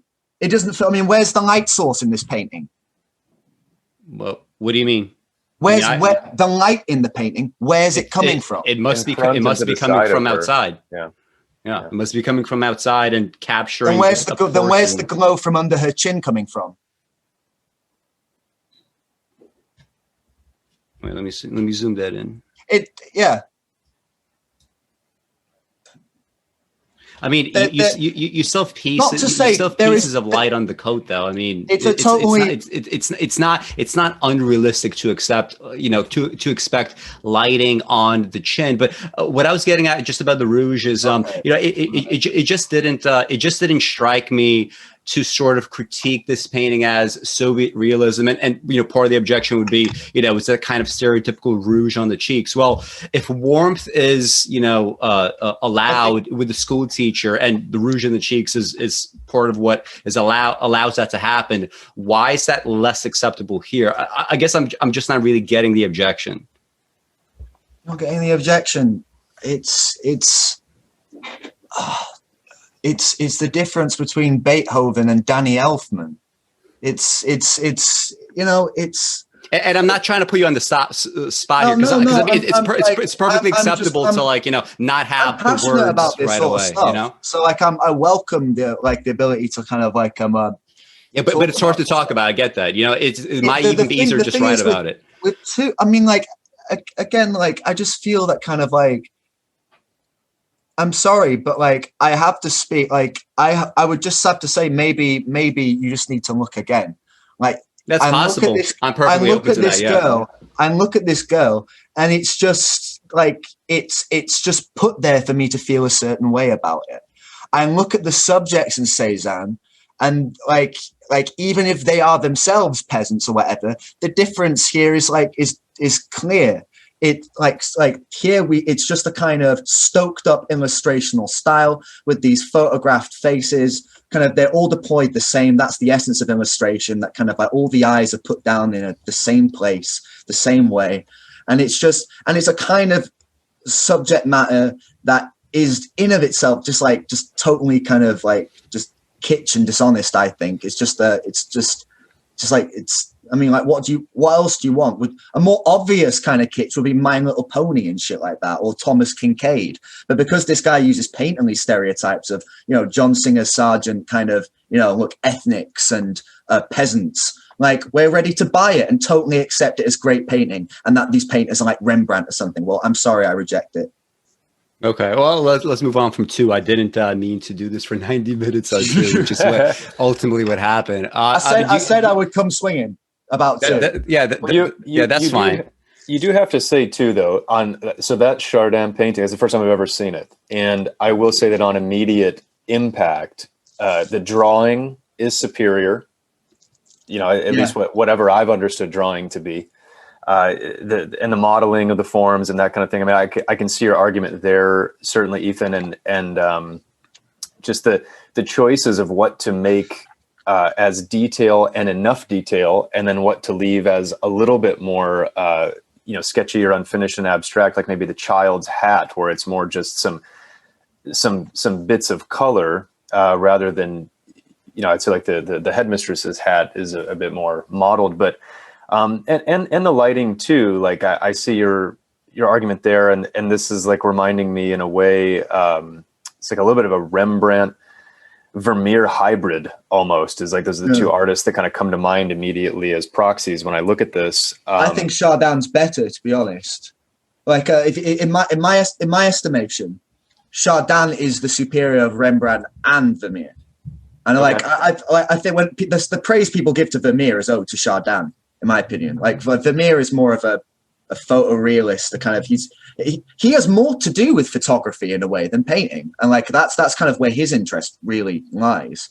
But Chardin as a painter is much more interesting to me than Vermeer. Like and like, honestly, like I mean you're a photographer, Joel. Like I would ask you. Like, I mean, I don't know where color enters into your like practice as a photographer, but like, what would you say like was like the better color between, say, this painting by Chardin and sort of the painting by Tu? And I'm not trying to kind of lead you, like you know my position, but like what says to you better color?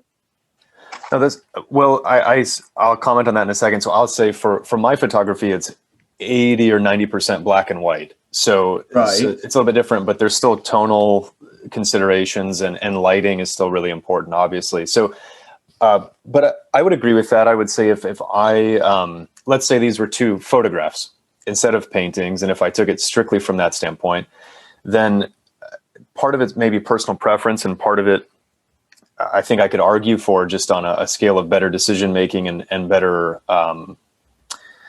whatever you want to call it, better execution, that the Chardin would be superior, because I would see that maybe if the 2 was a photograph, which a lot of people take photographs like that, you know, trying to like punch up color and get really bright bits and like certain kinds of, I don't know, more powerful colors almost, which doesn't mean better color necessarily. So the subtleties in the Chardin and the way it's lit, like this would be a better photograph almost certainly as well. You really want to touch everything in the Chardin in a way, and in a way this is a totally insane thing to feel from a painting. You never get that from Cezanne, I feel, but with Chardin it's particularly interesting how touch relates to it, and how just like with a good still life from like say a Dutch still life, like a Protestant Dutch still life, you wish you could like reach out and take one of the tarts or the cup of wine. In Chardin you want to touch the woman's sleeve.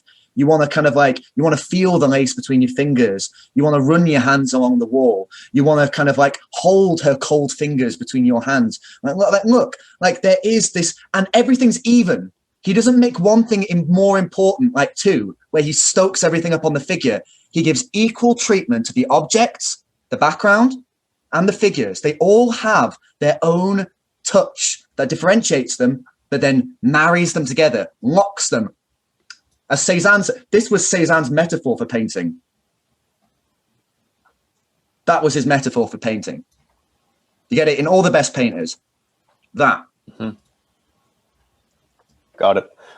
Well, maybe that's why Cezanne liked to pose some of his figures with interlocking hands. Yeah. I think so. Yeah. Well, Alex, do you have anything else to say, or do we maybe want to move on to Cezanne more in a more targeted, quote, laser-like way?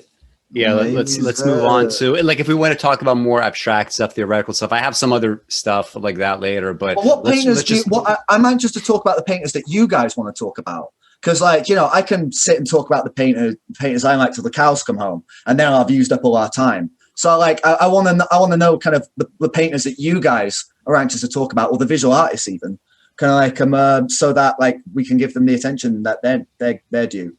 Well, I was planning on titling this artifact thus Sprach pinch. So this was actually like supposed to be a little bit kind of like, you know, because I think people sort of get the sense of what me and Joel are into. Your taste is different. The things that you say are different. So I did, you know, once I learned that Cezanne was your favorite painter, I was like, let's just do a bunch of those as well. Because I mean, I want those. I want perspectives that are not mine, right?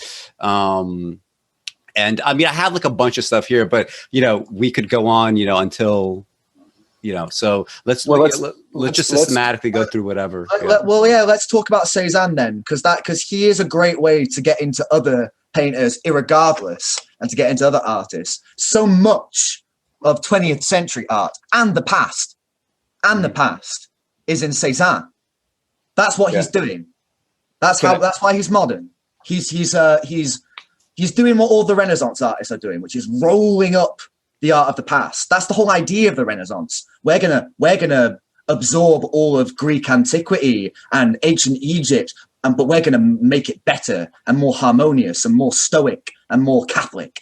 But the Baroque basically becomes when that comes to its highest, most expressionistic point, and then it becomes, in a way, like a kind of a really weird kind of continuum of different styles until about, you know, Napoleon and all this other shit, and then you get modernism, and then you get French painting.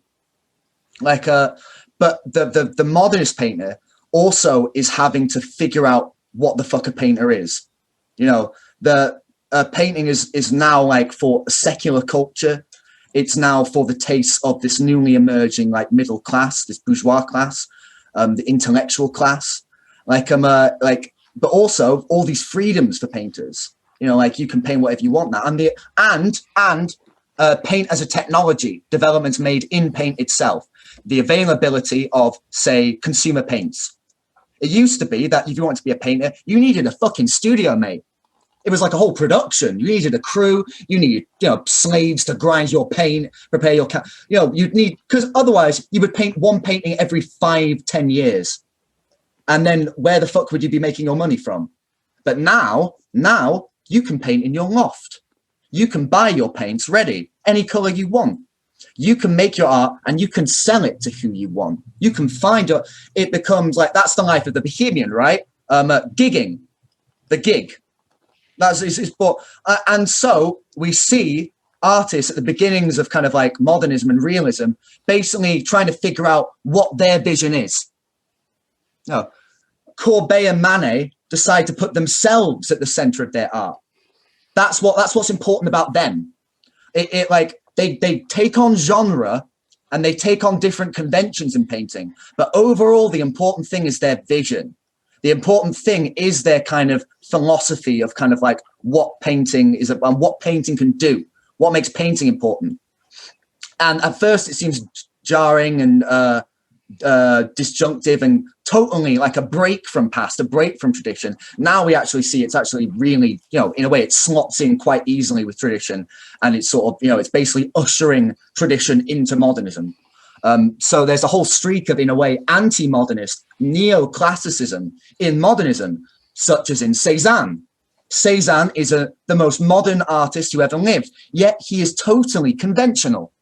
He paints totally within genres.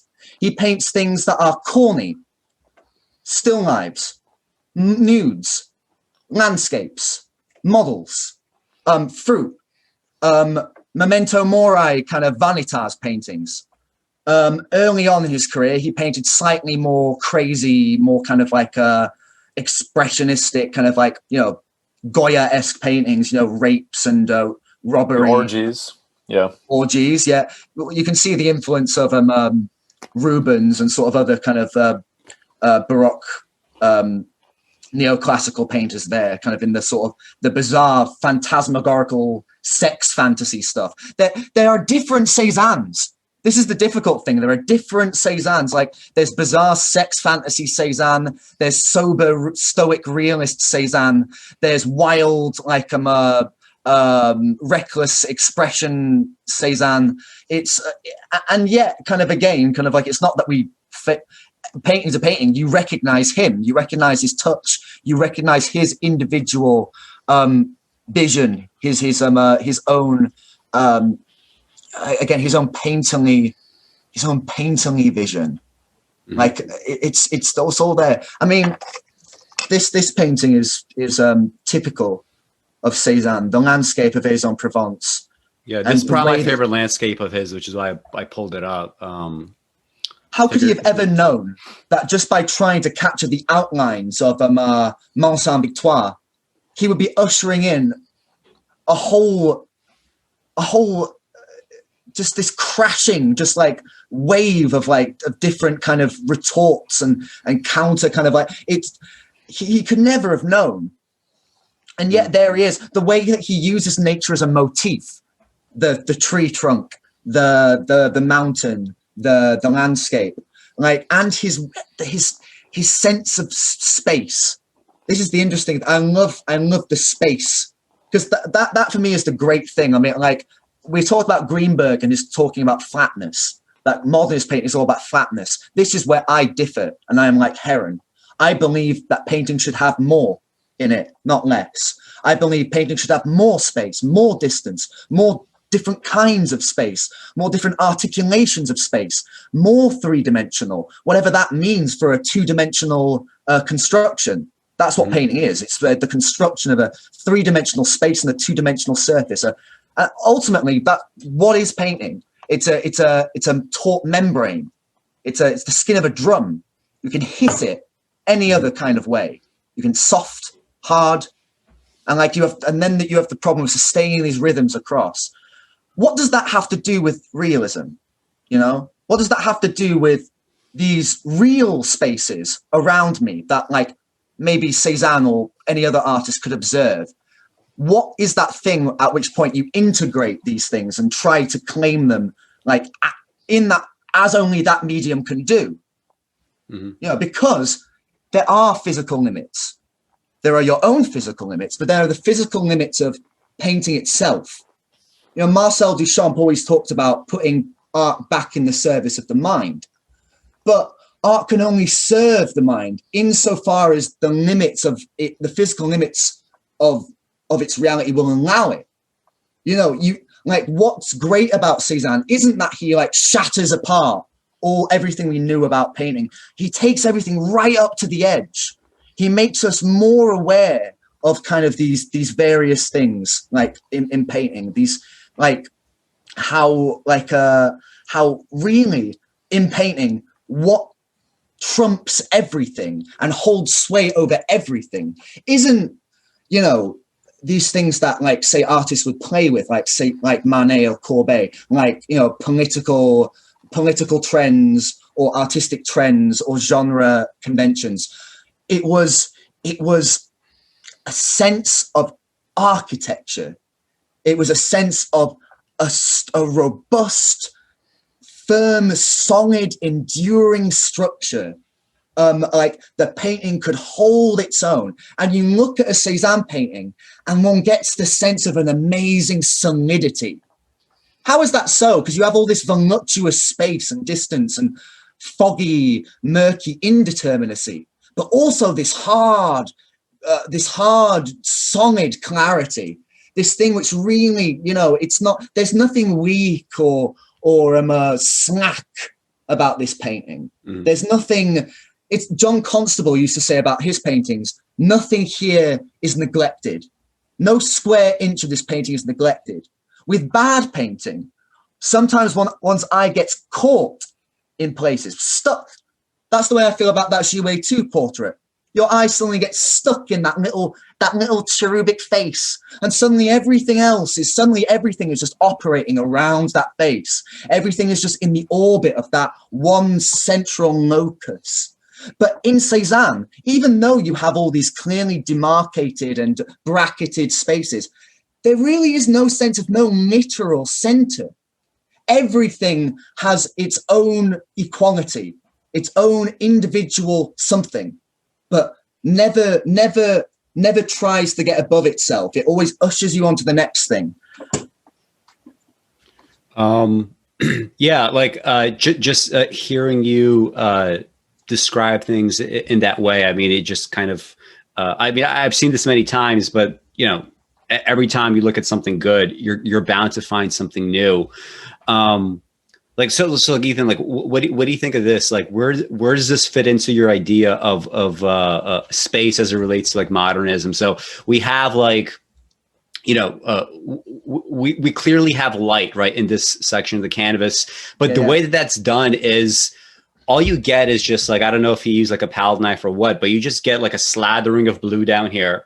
And that is enough, you know, as a demarcation, right? A lot of what Cezanne did was just, you know, let me use colors and contrast as a way to just like break up the painting, right? Between its kind of discrete parts. If this is going to be the lighting, we're going to just paste this on, right? And we will know for a fact this is a lighting. If you were to not have that, like a lot of, especially his landscapes with like little houses or whatever, they seem to be like so disconnected from just more generally what you would think of as a house, but putting like a couple little dots together, right, or putting a couple of points of light together, it very much, you know, takes on that quality. One thing that I appreciate here is just the fact that it's kind of like frustrating because, like, you know, depending on which book you look at or which reproduction you look at, the colors could be actually very different.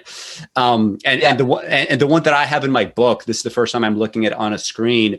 In my book, it's definitely a bit darker, right? So I always had the sense that with this painting, you don't really truly know what time of day it is, except for the fact that here in this tree, you know, you like, it's just so important to have that amount of light on it, right? Like the fact that we have lighting there, it lets you know immediately that this is either, you know, some sort of sunset or a sunrise, right? Otherwise this could be kind of like a darker scene, right? And you could imagine it being a darker scene, even if you have some of the lighting break up here, but having this tree there, it's just such a clever little way, right, of getting the idea of time of day here. We have the green in the bottom right of the lake. This, I don't think this is a Saint Victoria. This is Lake Annecy. I don't think it's in that same area. But in this green section, you get the sense that, first of all, this might be, you know, reflection of some of the green that's coming off of the mountain there. But this could just be like, hey, you know, Cezanne could say, I'm not going to show you the greenery and the shrubbery and the trees on that part of the lake, but simply by giving you this reflection, we're going to imply it, right? You're going to think of it there by implication. Your mind has to wander, it has to start working, it has to start thinking, you know, what exactly would that vegetation look like, you know, really, right? Not as part of a reflection, but really what it would look like. I take what you mean. I think there really is a sense with painters like Cezanne, not all the time, but you really could kind of measure the space in sense of feet, inches, that sort of thing. Mm-hmm. You know, what time of day it is. But generally I'm not looking at the paintings like that when I'm like looking at them. I'm just kind of in a disinterested kind of way.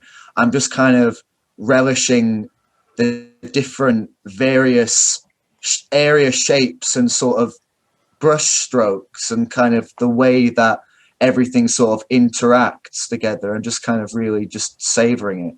Like like in a way, like I'm trying to let the painting work on me. I think like I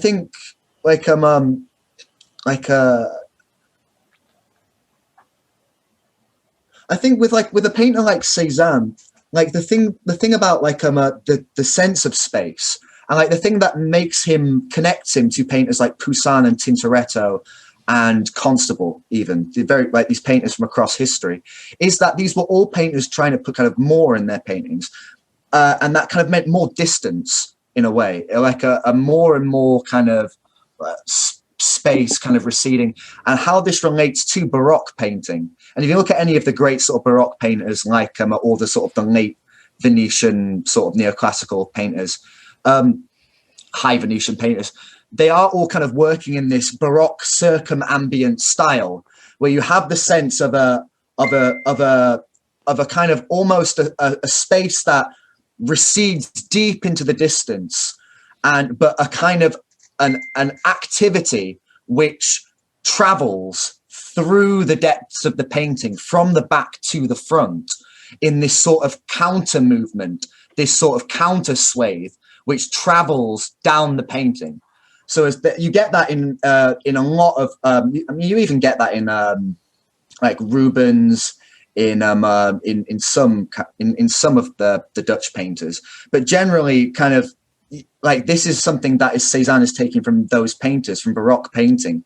He is taking this kind of, he is trying to create this sense of a deep space that goes back into the painting, but almost echoes out beyond the space of the canvas. You always get the sense of a space that moves beyond the confine, the edge of the actual literal rectangle, even though like the composition kind of locks in very nicely into the rectangle. The rectangle, those vertical sights and horizontal lengths are almost forces, pressures. Again, like I was saying, architecture is in painting, like it reverberates like within paintings.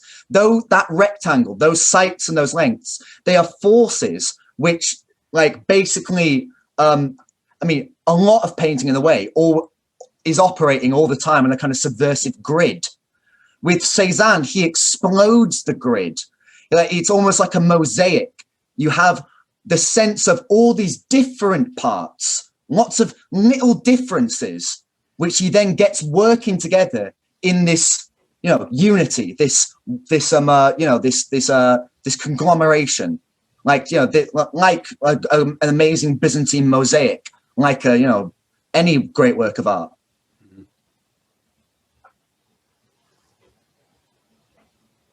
And I wonder, like, if you're going to share my assessment here. This part of the painting, this could be a house. This could be, simply an extension of the mountain. But I get the feeling looks like a house to me. Yeah, given the fact that also, the way that it's reflected, it looks more like a house. If it is in fact a house. So just a couple of observations, the more kind of, I guess, trite, predictable thing would have been if Cezanne simply would have had like, a line here all across to demarcate, land from the water. But instead we have a line here that's broken by this tree. And we have this line itself that is broken by a further line in the background, right? We have that little barn thing. But yeah. If you have that barn in the back and the house here and the tree here, like I was saying, the interplay of horizontals and verticals, how he sets up horizontals and he kind of interrupts them, or disrupts them. Like, for instance, the lines on the water with, like you were saying, the line of the way he sets, he has to like ground those little structures like the trees, the bank on that waterfront. He has to make that work, just to give you a sense of where it is in space, but also, how we are to graduate that space visually. We have to pick it up all at once, but then we want to linger on it too, like what we're doing, like how we're doing it. Do you think that barn in the back, or analogously the house in the front, do you think that's a kind of like somewhat intentionally illogical like break of perspective? Because it strikes me as like this barn needs to be much larger. To be that way. He always approached that. Again, that's the thing. He's conventional, but like Rilke points out, he always approaches his subjects through very, you wouldn't tell. So, you would tell someone, and it's why I always try to bring things back to work making. It all happens in the making. If you start your painting from the center, if you start in the center, or if you start your painting with your subject's eyes, that's where most of the attention is going to be. Everything else will kind of like branch out, like Cezanne worked everywhere at once. He was working at like he had to work almost like, but again, it wasn't this quick thing. It was very, very difficult, very excruciating even. Like he has to kind of like wrestle with it. He has to find a way to, what's the word in biology? Transduce. He has to find a way to turn this kind of very fleeting thing, like what you can see, the perspective, the density of the air, the light, all this other stuff, and turn that into pigment. I mean, and then in a way, there's this other fucking weird thing where just the brush strokes themselves, when they're done right, take on this emotion. Now, why is it that a blue done this way or a yellow done that way feels like it has pathos, or it feels like it has emotion in it? It just does. It just does, but only when it's done right. And you look at Cezanne's brush strokes and it is incredible. Like, it's like his touch and the color he has, almost this, like Rilke and Heron both struggle to describe it. It's almost like you get the sense of another color sweating through it. Almost kind of this kind of like almost like the nacreous sort of glint you get on a golden coin, this sort of glimmer. And like he just gets that, but everywhere, this difference of touch, these different scribbled, shaded zones where he builds it up, or he stains it, or he takes a bit off, or he corrects a bit, or he changes a bit. Everywhere he's adjusting things. That's why he's on the move everywhere, which is why your eye is on the move, because he's on the move. It's this picture which is built out of all these squinting glances that he then has to bring together. He has to make all these different things can come together and operate in harmony. And for us, again, it has to work all at once. But yeah. Joe, you have to carry the next 2 hours now. Okay. Well, I'm ready to step in. I mean, do you have like stuff for your own screen share? I mean, we between us, we have too much to go through, so we're not going to get through most of the stuff. But could you bring up a painting by Tintoretto, Susanna and the Elders? Yeah, Ethan had mentioned that one prior. Yeah, I will say, as well. Let's look at least one figurative painting from Cezanne as well, because I think his landscapes, everything that Ethan is mentioning, and Alex, some of the way you're breaking it down, which is probably fairly similar to maybe how I've always looked at Cezanne's landscapes, and like that. The piecemeal nature, but the interlocking nature of everything, and I think his color is excellent and it's brilliant. And I think it's interesting to note too that he was like this particular landscape at Lake Annecy. He described that area as almost too grandiose. He almost didn't want to paint it because he preferred almost more like quotidian, smaller slices of life that he could then, I guess, like. With looking at Cezanne's stuff, I've always felt a little bit like he's trying to get at what's behind nature, the thing behind the thing, and to kind of eviscerate it and then put it all back together in his own way. And it kind of worked well for him to do these smaller, less grand landscapes, because then his ideas could work, or he felt, they could work a bit better almost than if he had a more grand subject matter. And even like Mont Saint-Victoire, it's... at least the way he paints it, it's not a particularly grand mountain in a way. It's not like the Matterhorn or something. It's just... I fucking love that one. Yeah, this is a beautiful painting. And like, what? And it's like what we were saying earlier with kind of like when Alex was talking again about the subject matter and all this other. I want to talk more about this, the subject and kind of like all this other stuff. When I look at these paintings, sometimes when I first look at them, they look like abstract paintings. Right. They're like beautiful abstract. And then kind of almost my brain has to catch up and go, oh, it's a mountain, like all this other stuff.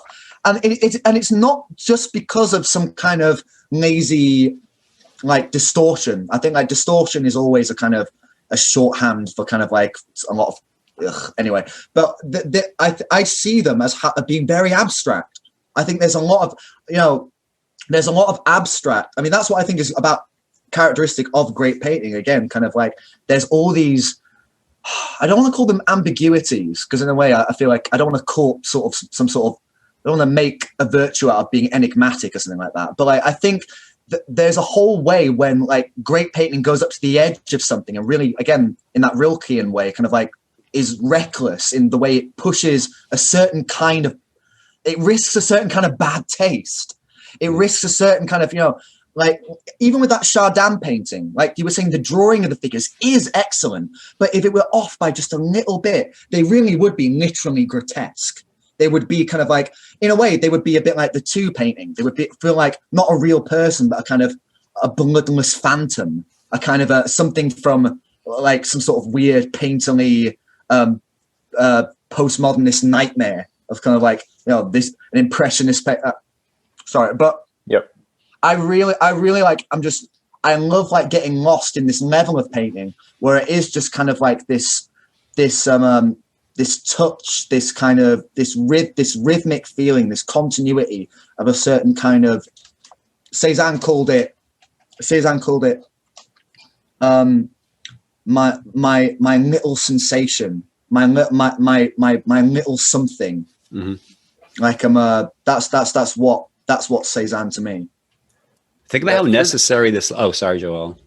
Well, I was just going to say, here's a question that I have too, though, and if we just talked about looking at Tintoretto and happy to do that, but a couple other painters that have always been a bit parallel to Cezanne for me are Monet and Van Gogh. And so it's, you know, if we want to look at some of their stuff too, because I'll say this, I don't know, and again, you know, not being a big expert on painting necessarily, but I don't know that I get any more out of Cezanne than I do out of those two painters. And so I'd be interested to hear, you know, maybe both of your take on those two artists as well. And well, put them up on your wall. Put them up on your. This is something everyone can do. Anyone can do it, and it is fascinating, and it's endlessly. It's an endless indulgence. Just like to put prints or whatever up on your wall. This is the thing about the paintings. You know, great painting. We can't own it. We get to see it, like if we can. But we make do with the reproductions. But you'll see. You know, I don't want to sort of downplay the qualities in Monet. Monet is a very good impressionist painter, and there's a lot that painters working today could probably learn from Monet. Mm-hmm. But I still think that Cezanne kind of next to Cezanne, they kind of fall. Cezanne is not a painter who anyone kind of like really kind of comes out looking.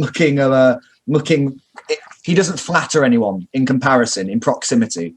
Like I said, like I consider him one of the greatest artists who ever lived of any medium. So he's like, but like what is his relevance today? And like what if it is that people don't, if people don't, if paintings aren't, if paintings still can't get over Cezanne, what does that mean? And kind of like, what is kind of the way people are going wrong, or kind of what are the kind of, what kind of is painting being made to do that perhaps isn't what painting wants to do, or kind of isn't natal to paint? Mm-hmm.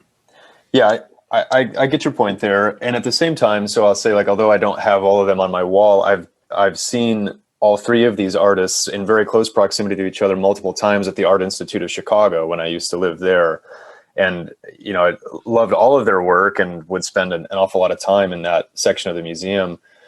And I think, like, I don't know that at the end of it all, I would come out and say, oh, for sure, for me, one of them is Titanic compared to the others. You know, in fact, maybe I got and still do get a bit more out of Van Gogh than I do out of Cezanne in a number of ways. But I've always felt like those three were sort of, I don't know, in some kind of harmony with one another for me. They offer different things, Monet but yet like different takes the same thing. Monet himself, I think, acknowledged the superiority of Cezanne later in his life. A lot of the Impressionists looked down their nose at Cezanne. And it was easy to. If you had known Cezanne, you probably would have disliked him. I probably would have disliked him. He seems like a totally beastly kind of character. I feel sympathy for him in his life story and everything like that. But, you know, he was somebody people kind of like dismissed. Later in life, Monet basically held a party for Cezanne, invited Cezanne around, all the Impressionists, basically surprised him with this party. Cezanne comes in and he's he's upset. He's kind of distraught. Again, that kind of Rilkean thing. He would mistrust people who praised his art. He would mistrust people who who dismissed his art. Like, so when they held this party for him, he said kind of like, "You're all making fun of me. You're all taking the piss out of me. And like, all of you, all my life, you've all mocked me behind my back. All of you, and secretly you've been stealing from me. Even Gauguin, he's stolen from me more than anyone else. I had one thing. And like, he was just a deeply insecure kind of person, and he was a curmudgeon, he was a hermit, he was a humbug, and I think, you know, like, do you think that insecurity gave way to something else? Because like when I read about his biography, like he seems to have like several times in his life where, for example, when he became 40, he was like, you know, I'm just going to work hard and not be this layabout. But by the time he hit 30, he kind of got over, it seemed, a lot of the insecurities, and then he was just like, you know what, I'm just going to keep doing this work, and but it's still kind of like married to paranoia, though. Pizarro, basically. Pizarro, and like who is a great painter. I think in my estimation, Pizarro is probably one of the better impressionists. I value him before Monet personally, but it was this thing where basically, you know, like, could Cezanne's anxiety, I'm sure, did contribute somewhat to kind of like his method or way of working, or his outlook on life. But also, it was Pizarro who introduced this notion to Cezanne that art can be the rule that corrects emotion.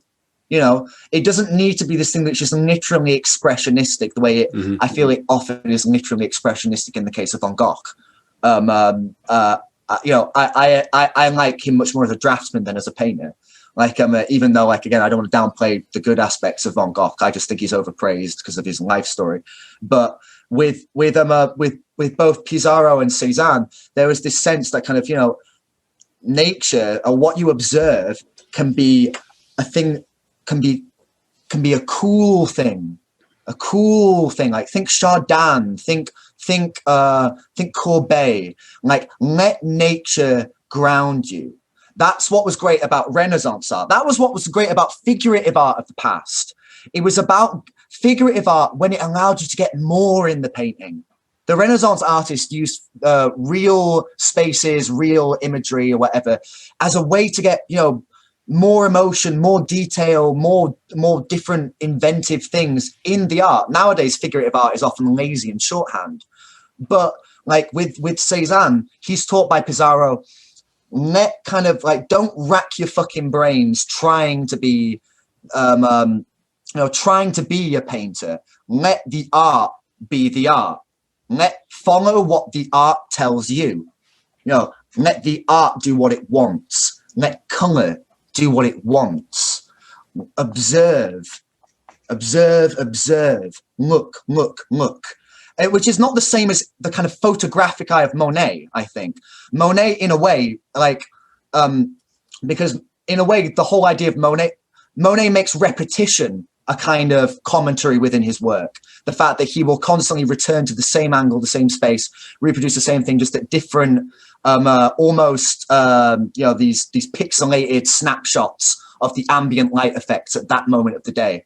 But you're supposed to see all the works within the context of this sequence, within, like, almost like Warhol. If you see one Coke can, you miss the joke, which is that, you know, you need 1 million Coke cans on the fucking wall to get it. Like, Monet, it's the same. But with Cezanne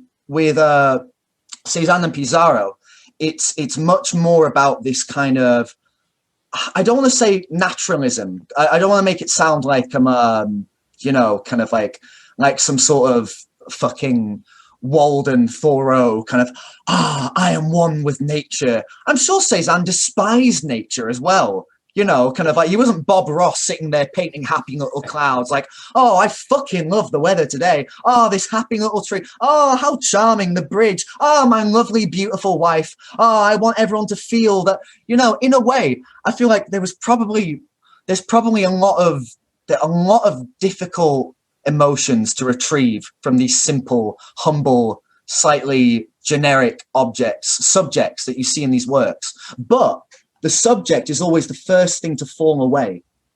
This is the crucial thing that Heron points out in his discourse on painting overall. The subject, the apples, the mountains, the clouds, the river, the bathers, is the first thing you apprehend, the first thing one is aware of, but it is the last thing one wants to linger on. No matter what one does. Again, remember the whole thing about one's eye wanting to move all the time. One's eye's always on the move because, the brain's always on the move. It doesn't matter what you think. It doesn't matter where you're at. Again, it's mechanical, half of it. Boom, boom, boom, boom, boom, kind of like a lot of us see, but don't see. Or see, and forget or reject or whatever. Kind of like there are different, and when you come to a painting, when you come to a Cezanne, what do you come back to? What is it exactly that you observe upon these successive reviewings of the painting? What is it?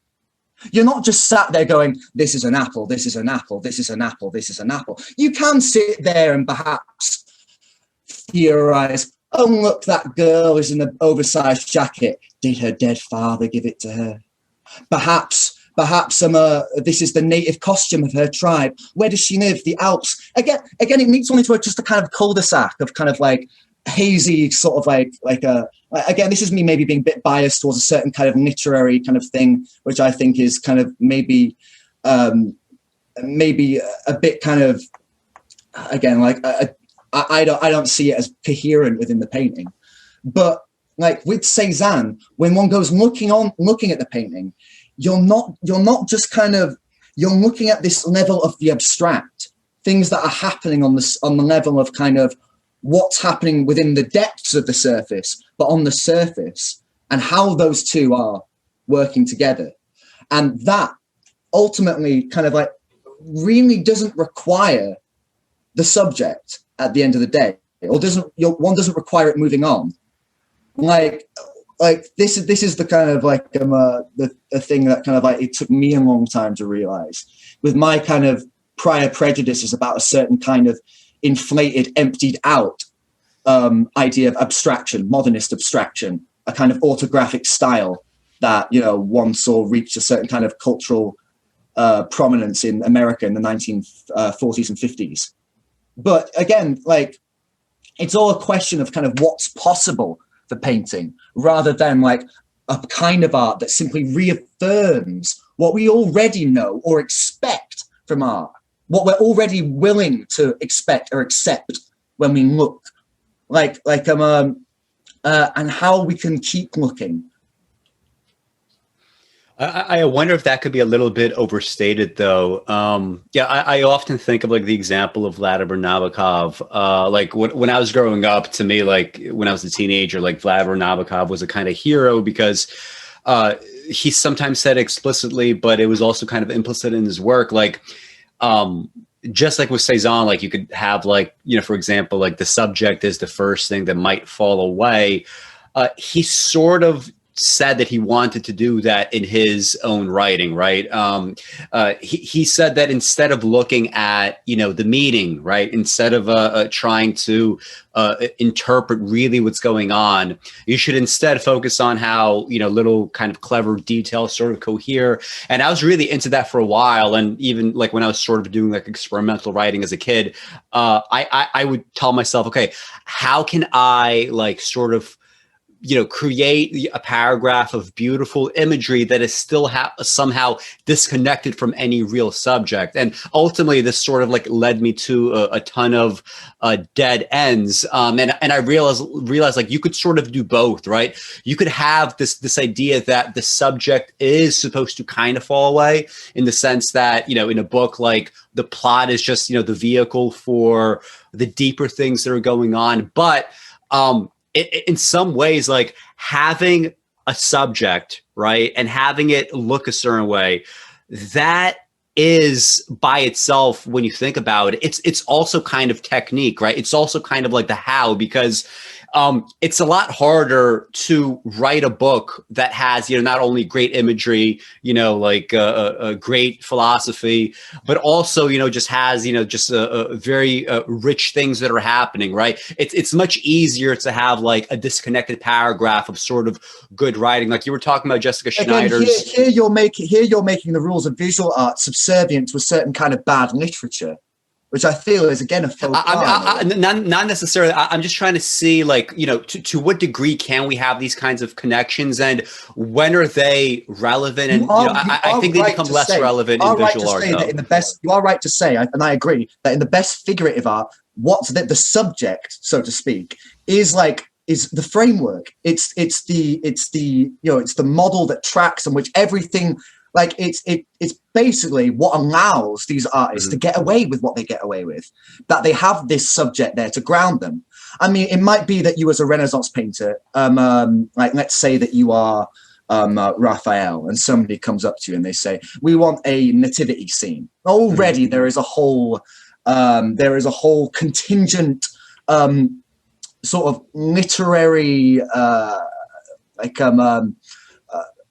literary iconography that is kind of there for you, that you have to work within. But within those formal constraints, you have all sorts of freedoms. So for instance, you might have to paint Christ with a red cloak, but that can mean all kinds of things. That can mean so you have all kinds of, and we see what that means for different people within the Renaissance. We see, in a kind of indelicate, general way, could say that, the response of Venice was color. The response of Florence was drawing in symmetry. But at the same time, it is a mistake, I think, to kind of in a way believe that kind of these artists kind of felt like, because there was the figurative art, because there was a figure of the subject there, that this is the only way into the work, or that the artists themselves who made these artworks have some kind of profound attachment to that. It's more sincere for being figurative artwork, basically. That kind of the artist felt all kinds of sublime, deep feelings just because it's figurative art, just because it's iconography, just because it's allegory, just because it's a critophony, just because it's symbology, just because it's, these things are fine. And great painting can have all these things, but just because it has all these things doesn't mean it's great painting. Yeah, it has to be that case. Yeah, yeah, but all these things were available to artists of the Renaissance in a way which is much more immediate, and much more real and present, and much more feasible, viable than artists who would be working in that style today. And you do see artists. I mean, again. This is not to kind of say, I'm not trying to sort of say kind of like contemporary modernist abstraction you see in Frieze or Keiman Reed. Like, that's the answer. That's the art I'm saying thumbs up to, thumbs down to painters like Zhiwei Tu. There is all sorts of bad, generic kitsch art. There's all kinds of chic art. There's the kind of the bourgeois chic art. There's the kind of like more kitsch. Thomas Kincaid and Tu are both kind of bad painters. And there are also very different kinds of good painters. Maybe kind of my taste is like a bit inscrutable, but I'm trying to point out how a criterion might be formed of how you can make these sort of general kind of assertions about where the qualities of these painters lie. You might disagree with me. Hell, you're fucking welcome to. I can't fucking categorically prove any of what I'm fucking saying. So I can only be objective up to the limits of what my language allows me to be. So but ultimately, when I look at certain sort of painters, I see some sort of painters as being more credible. I think kind of a figurative art from the past, actually the way to kind of keep up the painting that's great on that level, is to kind of, again, kind of figure out what it means for now, or what all this other stuff, what painters of the past mean for now. Actually a good thing to sort of get us forward in this conversation, because we mentioned in passing Dan Schneider and kind of his interview with Tu, and kind of his various comments on sort of painters and stuff, and kind of I kind of have a lot of mixed feelings about like the way sort of painting gets talked about in Schneider's work and like in Dan's work.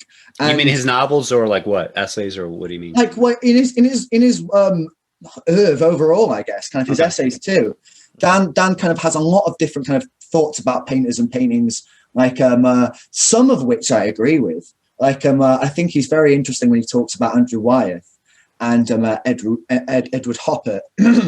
But when he talks about, say, Vermeer or about the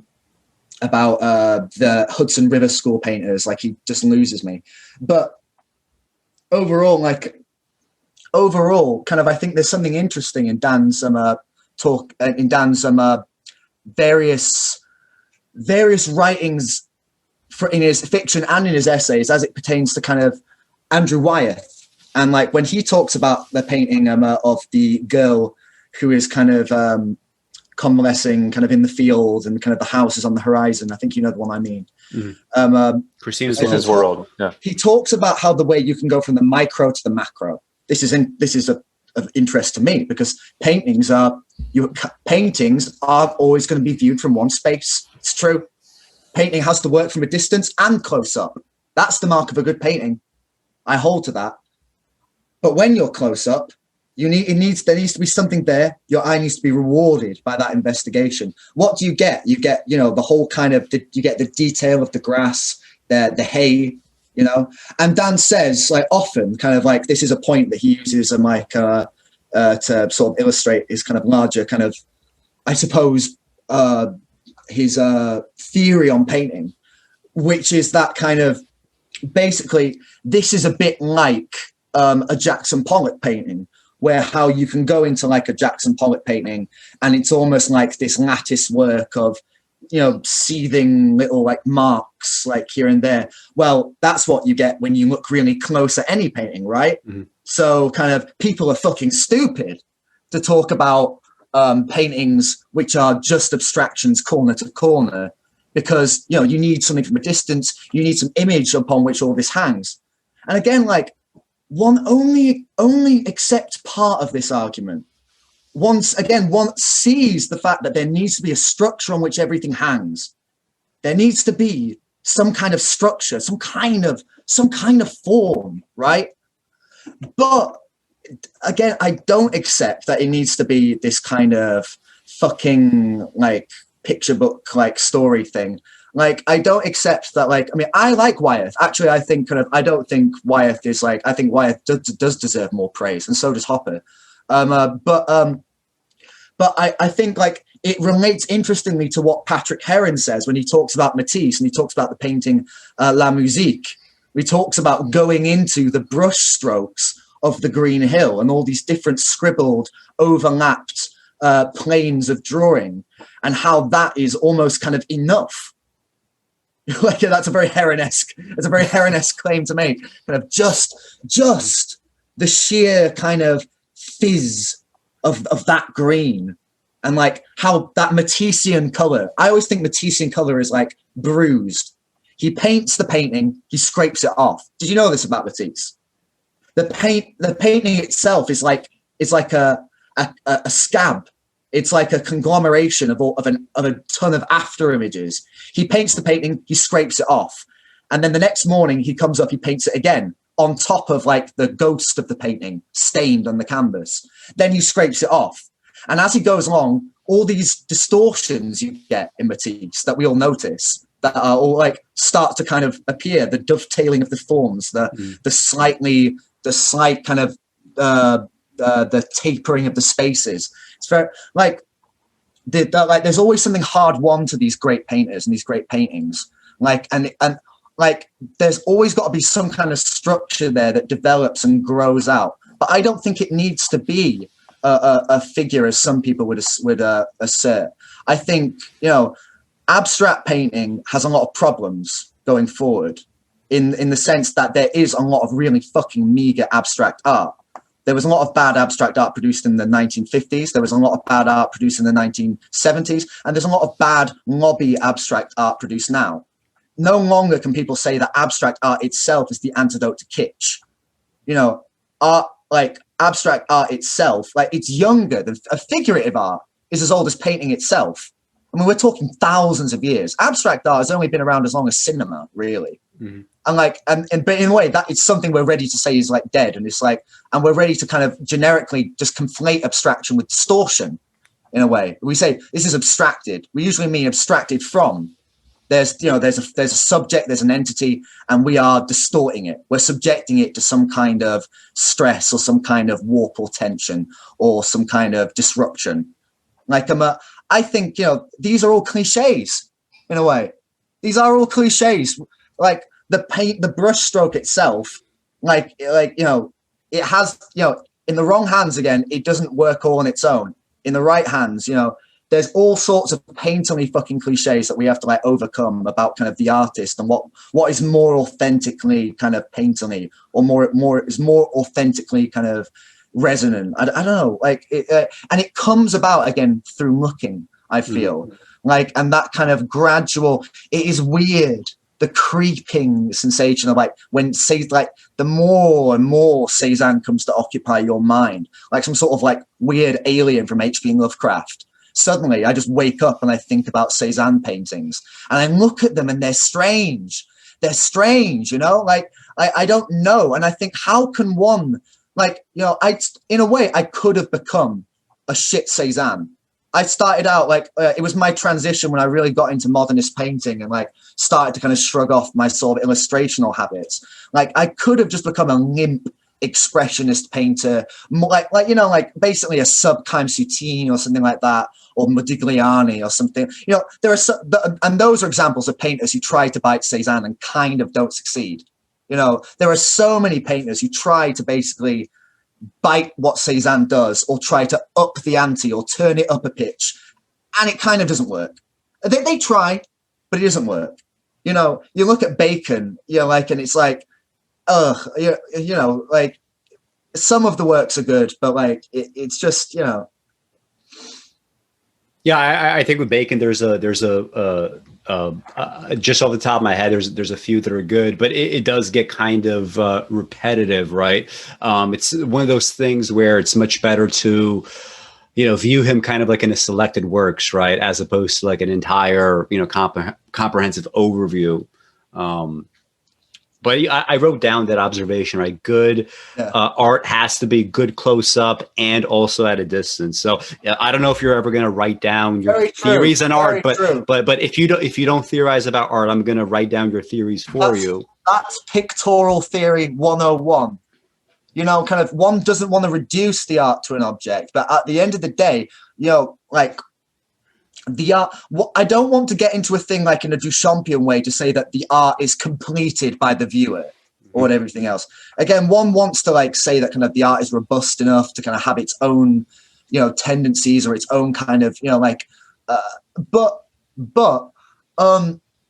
at the end of the day, like I see these as like, cultural, artifacts, the like paintings, again, like the whole idea of a fucking painting is to be on a wall.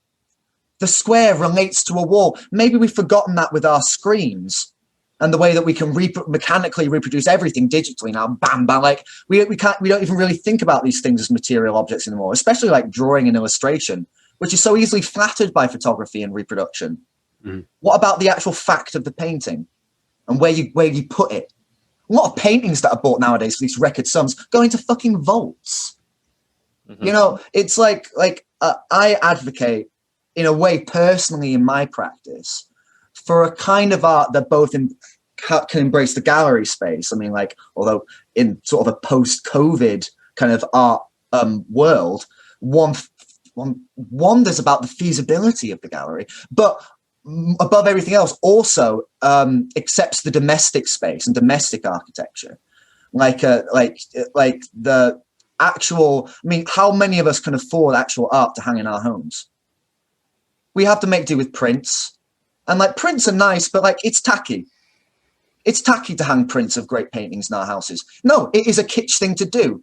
We're made slaves to these reproductions where we have to hang up these subordinate, unflattering pictures of these masterpieces, and we can sit and imagine how great they are. How you could, low, you could like, just do the we just do the deserve Mr. art. Bean thing, though. We deserve art for our homes, affordable art. I mean, hell, if we can even afford to buy the books where they were reproduced in photo form, fucking hell, they're expensive nowadays. Taschen, fucking hell. Like, it's a fucking daylight robbery.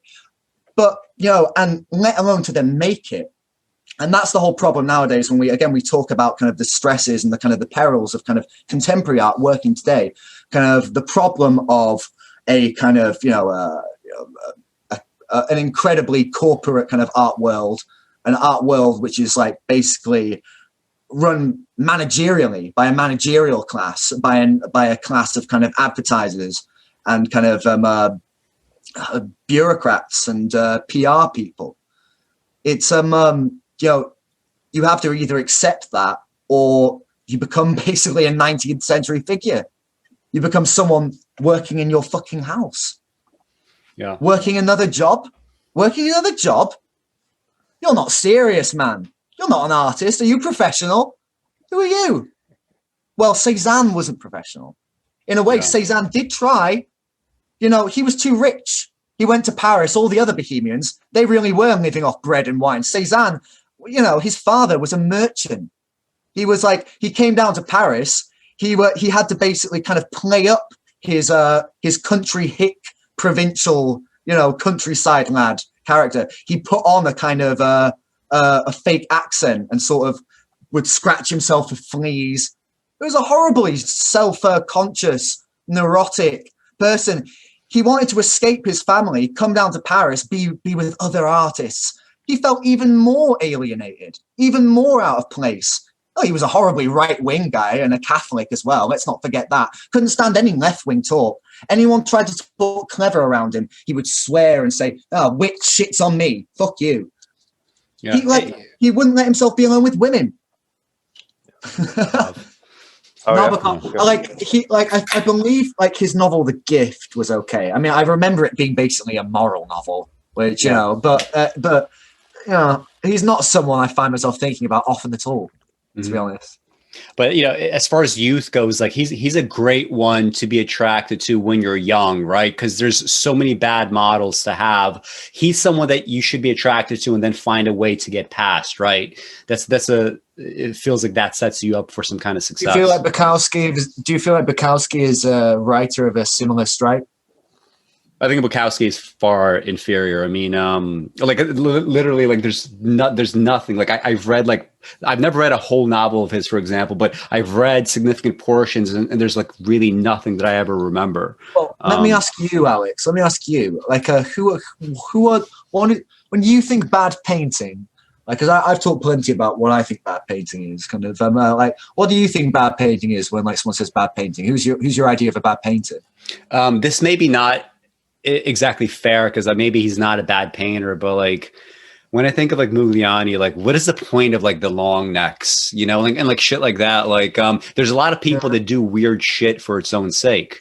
Also the more kind of extreme Abac stuff, Pollock and others, it's I understand there's a form there, but it's so when I was saying earlier about just the fact that you could imagine a set of prose, right, paragraphs and paragraphs of beautiful writing about a mountain, but it doesn't actually really say anything.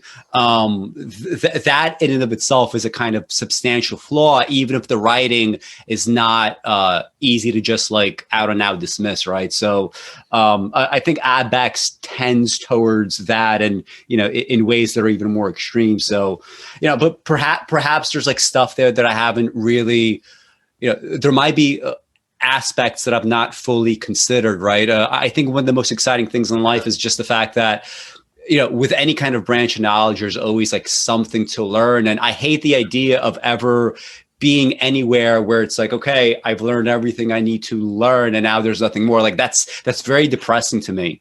The problem of Abex was a very modern problem of, I believe, press and promotion. Some of the artists were overexposed too early, and to their detriment, and to the disadvantage of other, later painters, abstract painters. a lot, because decade to decade, especially the art world, it's becoming even more concentrated with certain generations of artists trying to distance themselves or disown the values of the preceding generation, which is sensible in a way, to take a revolutionary stance against certain things so that they don't become like what we were talking about, a kind of something that's just from a repertoire, something that's deployed just illustrationally, unthinkingly, just as part of a scheme, as part of an overall cosmetic arrangement. But the pressure to disown Greenbergian formalism, which was seen as which was this huge promotional force for American abstract painting in the 1950s and 60s, and consequently, you mean his essays were? His essays, but also his presence, his actual presence, him appearing in places and talking to people. Like, he was touring the world constantly, other nations, visiting schools, visiting artists, and talking to them about abstract art, and all the time actually promoting American painting, saying, this is good stuff. Going forward, though, you need to look at what's happening in America, because those guys are on the cutting edge. And this is something that a lot of people were, American painting really did create a profound kind of upheaval in a lot of places, especially like England. But at the same time, people later grew to reject or resent the way in which Greenberg was holding up America all the time as this sort of thing to which everything else had to be adequate. We were saying, what was I saying? I don't want to get lost. But Greenberg and his ideas about American painting were that kind of American painting was kind of was doing the most for painting, that it was the painting itself that was being foregrounded the most, and that these painters were upping the stakes of painting, which is a very Greenbergian term. It's upping the stakes of painting, and it's taking more kind of risks. And in his typical Greenbergian way, he said they were more flat. Again, that's the biggest problem with Greenberg. What does that mean? Okay, it's flat, but there's flat and there's flat. Any more or less flat than a Byzantine mosaic, or any more and less flat than a cardboard cutout? Is there some sort of optimum flatness to which everything is proceeding towards? Or, that's just the thing. It becomes some sort of ideal in of itself that doesn't actually really stand in for much. Like I was saying, I'm interested in precisely in plastic space in painting, in the way you say plastic space, compared to what? What is non-plastic space?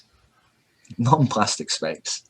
Yeah, because I hear this phrase, but I've never really seen a good definition. Plastic space is actual space.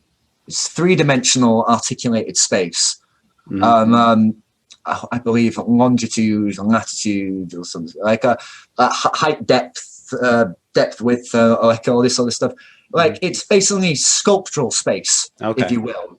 It is the space of positive and negative space, of plastic space, which is to say of a firm plastic positive object or entity, as compared to ambient space, which is receptive, passive, on the move. This is the syntax of sculpture in a way, but space and articulation and dimensionality are key to architecture, and they're key to painting too, pictorialism too. The way in which certain paintings are set up as spaces to then set up sculptures freezes, in a way, these, tableaus of things frozen in static movement, but hold that movement within their sculptural pose, which tracks the movement, freezes the movement, exaggerates or makes a drama of the movement, which is what you get with Renaissance sculpture, like you get with Donatello, who I believe is one of the better sculptors, and Degas, one of the best modernist sculptors. But in painting, the actual kind of there's got to be, even when you're dealing with abstract paint and stuff like that. Again, I mentioned earlier that certain things kind of arise out of paint with very little persuasion, kind of certain, and again, we were talking about visual laws not only do you have to work within visual laws militate against one as you work with the medium. Certain things come to the surface by their own, not to sort of anthropomorphize it. The tendency of the material is to give way to certain illusionistic effects, which kind of are again, preceded by our experience and by kind of the rules of kind of that substrate and what the light is doing. So if you just move color about a canvas, you get the sense of a space there. Mm-hmm. Certain colors advance, certain colors recede, not by their own will, but with how they're placed. Put a certain red next to a certain blue, they will chime. They will suddenly, some sort of relationship comes about between them. And specifically between those exact deposits, those exact measures of color and how they are deployed on that surface. Matisse used to say, a square foot of red is more red than a square centimeter of red. So again, area is of having something a lot to do with what that color and the light is doing. But when those things are brought together in that interaction, kind of, again, like, it has to create some sort of chime, some sort of harmony kind of within the painting itself. That like we're saying is akin to music. One painter that could be interesting for us to talk about is Salvador Dali.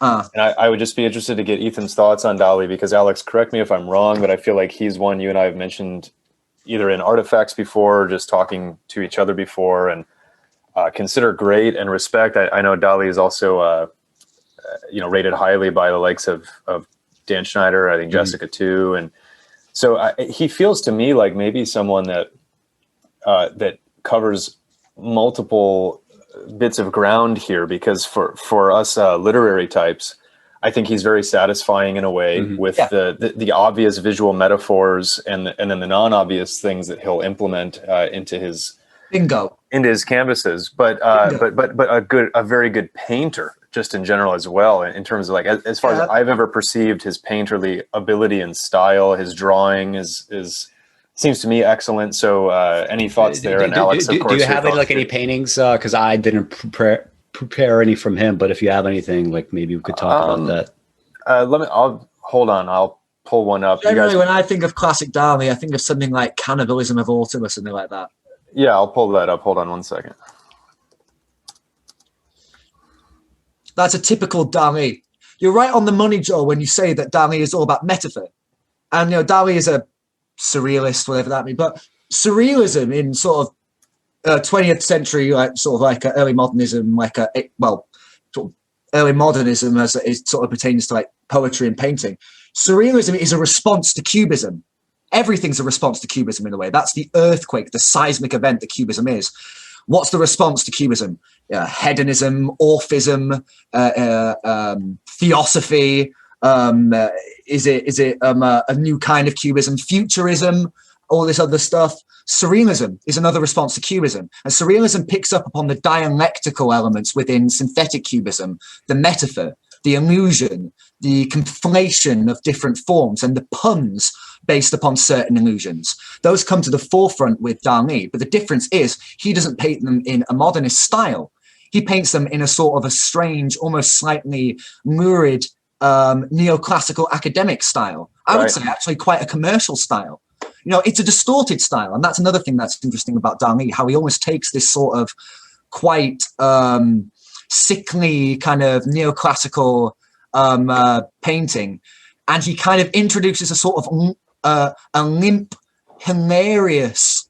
That's the key thing. It is slightly hilarious, kind of this floppy quality to everything, like almost like everything's like made of rubber. Like it's almost like it's distortion, right? But it's not the distortion we get in a Van Gogh, where it's all brush strokes. Here, the distortion is literalized. In a way, that is a sort of the part of the whole like the literary conceit here. In a way, kind of like here, it's almost like a misinterpreted cubist painting in a way. And in a way, that is kind of a big surrealist response to cubism that Picasso later integrates into his own practice, and he starts painting monster women, and Picabia starts painting monster women. De Kooning starts painting monster women. Like the way that people initially receive Cubism and kind of all this stuff is almost like, oh, it's some sort of like hideous, grotesque thing. You know, it's this mangled, distorted thing. It's like this is the way kind of a madman looks at reality, and that's how newspapers mocked Cubism and stuff. Drunkard's night out. Like I've had too much wine. Now I'm a Cubist. You know, like that was the lowest common denominator way of getting into this shit.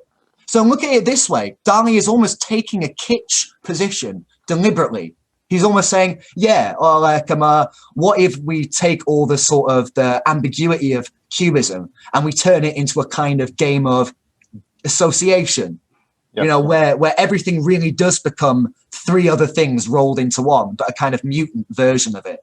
You know, like, so like, hey, you can imagine that done very badly though, because he could have been kitsch so easily. He did do it very badly. He did. There are many terrible Dalis. Like Dali, at best, I think is only a minor painter. Like, but I think in a way he's closer to Warhol in that his greatest contributions to art today were in his public life and his public persona and kind of the way he quite inventively promoted himself through the media. Like, so take from that what you will.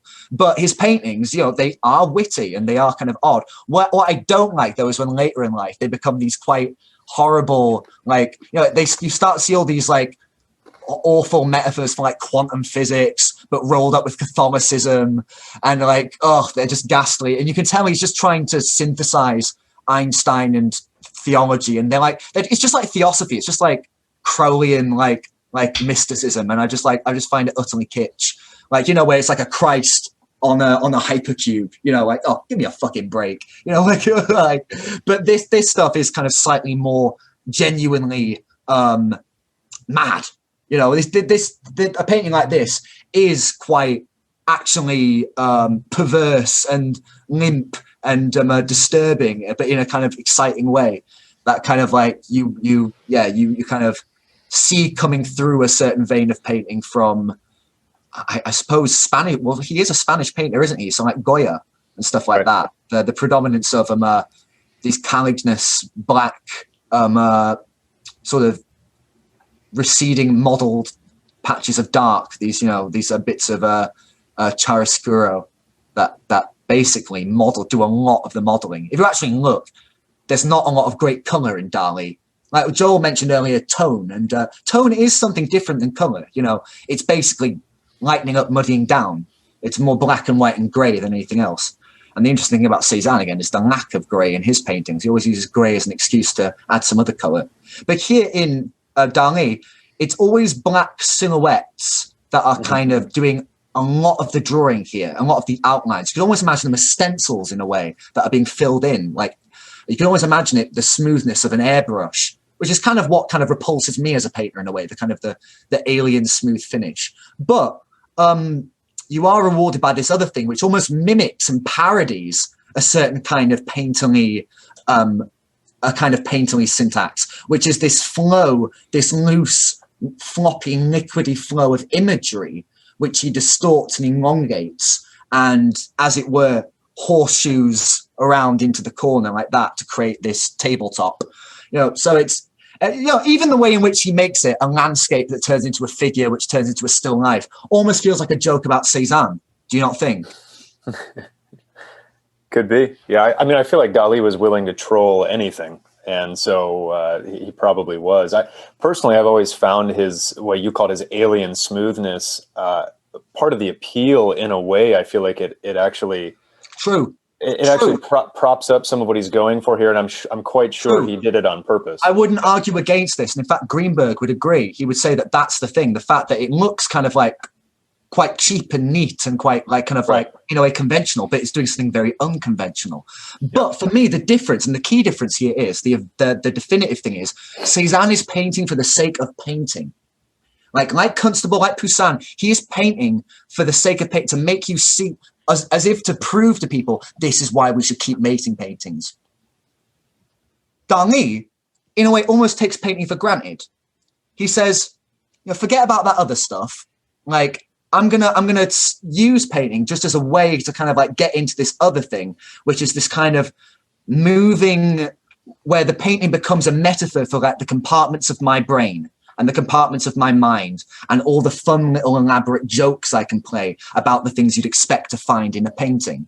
So here he's an ironist more than a sincerist. And I think Dali is at his worst when he is doing his sincere, religious, almost like, he's deliberately trying to kind of like incorporate the imagery of Raphael and all this stuff, I think, and Millet, and it becomes a bit too sentimental, but with something like this, it is genuinely quite perverse and like extraordinary and interesting to look at. Alex, what do you think? Yeah, Dali is one of these figures that, I mean, there is, first of all, the fact that, I mean, you do have to contend with, his most well-known paintings are like all over postcards, right? They are this kind of bric-a-brac at this point. At the same time, like for example, the smoothness might, turn you off in terms of there's perhaps like more technically difficult things you could do. Like, for example, if Cezanne wants to use his a palette knife, right, to pull that off is going to be obviously a little bit harder than to just make something smooth, because the brain is going to accept, right, what is smooth as like, a default good, right? This is something that's pleasurable. This is something that, sort of like, tickles you a little bit, right? Puts you in a certain kind of state of mind. But, just combine that with, the actual vistas that you get, right? I mean, the smoothness is just the part that disarms you, and, also makes it even more grotesque, right? Imagine if like, this would have been something that's a lot more trite if he decided to do like kind of, Picasso-esque angulation, right? Let's make this like really, grotesque, even in terms of the brush strokes themselves. And instead, he's like, all right, well, if this is, supposed to be this response to cubism. Let's show you that kind of, maybe a little bit of that cubist aesthetic, but we're going to disarm you first, right? And we're going to do it in a way where, 50 years ago, this wouldn't have been possible. So just in general, I think that's probably like maybe the framework for maybe the majority of Dali's pieces. I noticed that, like, I mean, I've seen this painting before, but I've never, like, I always assumed that this was like a butter knife with this kind of angulation. I guess, like, I've seen sort of decorative knives, but no, this is actually supposed to be going into whatever the equivalent of flesh, this thing is. Just like, the spoon is you're spooning flesh as well. But the knife, but the when we're talking about, like, this balancing act, right, as opposed to just balance, we have the knife going inside the flesh, we have the spoon going inside the flesh, but the fork does not. And if you think about it, if the fork would go inside, it would be less clever overall, right? You would have, like, just like something about that, but by not turning away from the kind of already established pattern here, it would have, like, sort of disrupted at least a little bit that part of the painting. Yeah. I feel like I feel so amenable to Dali, but there was a lot of surrealists in art school when I went there. I feel like there needs to be some sort of antidote to this surrealism. I feel like, I look at the popularity of someone like David Lynch and all this stuff. Like, in a way, like I said, surrealism is good, and there's all sorts of, like, delights that I find in Dali, where he plays these games where, especially we were just talking about the silhouette, he often plays these games in other paintings. There are other paintings I prefer to this. I think there's a painting he did called Bust of Voltaire. Can we find that painting? Yeah. But where, you have the Bust of Voltaire, which is actually composed of two women stood side by side, so it creates an anamorphism, like something you would get in a Renaissance painting, actually. Mm-hmm. But this is just my point, actually. This sort of style of painting isn't new. Are you both aware of Giuseppe Archimboldo, the grotesque Renaissance portraitist? No, he was a grotesque Renaissance court portraitist who would often do these allegories, which were these heads made up of stuff, like composite images of, like, so a head's composed of vegetation or animals or architecture. And, you see this all the time in art throughout history. There is a certain kind of academic art, which is visual puns. visual metaphors, trompe l'oeils, certain kind of knowing games of sort of, little games of visual optical trickery. So like this bust of Voltaire painting, like this is actually, this is actually something that I quite like from Dali when he starts to do stuff like this, because there is something about the silhouette which is quite abstract in of itself. It's like, the contour removed from the ability of describing a solid object, removed from the responsibility of describing a solid object. So like a positive space and all that sort of stuff. I mean, that's what I like on that level. But again, what I resist about Dali precisely is this kind of knowing quality, I guess. That kind of like that element that he kind of takes for granted, where kind of like everyone still is kind of impressed with this sort of painting. And I was just talking to you, Alex, about kind of that sort of painting that's really popular on Reddit. Like, you got onto the Reddit page and there are these articles like, did my first oil painting, what do you guys think? And like, it's a painting of the artist painting a picture of himself, painting a picture of himself, painting a picture of himself. Like, these like MC Escher, trompe l'oeil kind of games. And people fall over themselves to praise it and go, my, how clever. It's like a dream, or kind of like, and again, for some reason, it starts people off again going, oh, I wish I could have been an artist. I wish I could have learned how to paint, all this other stuff. It just whips people up into this like frenzy. Yeah, like, it's very manipulative. Like I remember one time I was working with some kid, and to calm him down, he liked to draw.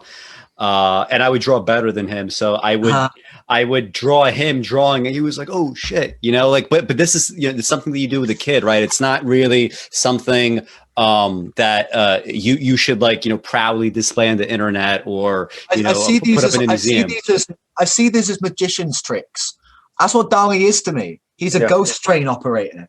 That's what his paintings are. It's like this weird Ed Wood kind of experience, where it's almost like, just this weird synthetic world of kind of like, that's the charm of it. But like, again, like it's not something I can really think about myself, or like in my practice, or kind of ISO. I think he's an important figure for today's artists, actually. Again, make of that what you will. Like, but the whole kind of the image that Dali created of himself as this kind of, and he courted for himself in all his press appearances, in all his interviews, in all his writings, all the other stuff he did, his commercials he did. Like, that was kind of his life work, really. And all his art was really just to illustrate that as kind of like a little, some sort of thing to like point at him. Like, there's a very famous anecdote where Dali met Sigmund Freud, and Dali was loved Freud, always read Freud, and kind of instantly when he met Freud, he kind of launched into this sort of detailed description of these dreams he'd been having recently. He was like, oh, I've got to tell you about this dream I've been having recently. I see this symbol from my, and like Freud sits listening to it patiently, and at the end he says, I'm far more interested in the contents of your conscious mind than I am in your unconscious mind. I don't think he was trying to say Dali was a charlatan. It could be easy to say that, like the same way it could be easy to say that about Warhol. But rather, I think Freud was saying he was just interested in how Dali came up with all this imagery, that he was deploying, how he thought it all up. It didn't have to arrive in some hazy visionary dream, but that's just it. Often we feel there is this need to have this some quasi, I don't know what you call it. Like, I hear a lot of people talk in a slightly hyperbolic kind of way about painting sometimes, about the intention of the artist and what they're up to. I mean, again, I always see Dali as a kind of interesting kind of comedian figure. I don't really see him as a kind of painter in the class of someone like Cezanne, or even kind of like the same type as Cezanne. Again, I think I see him much closer to Warhol or someone like that. I have a higher view of Dali than you, but I would agree that he is. I'm not trying to be unflattering to him. I like him quite a lot.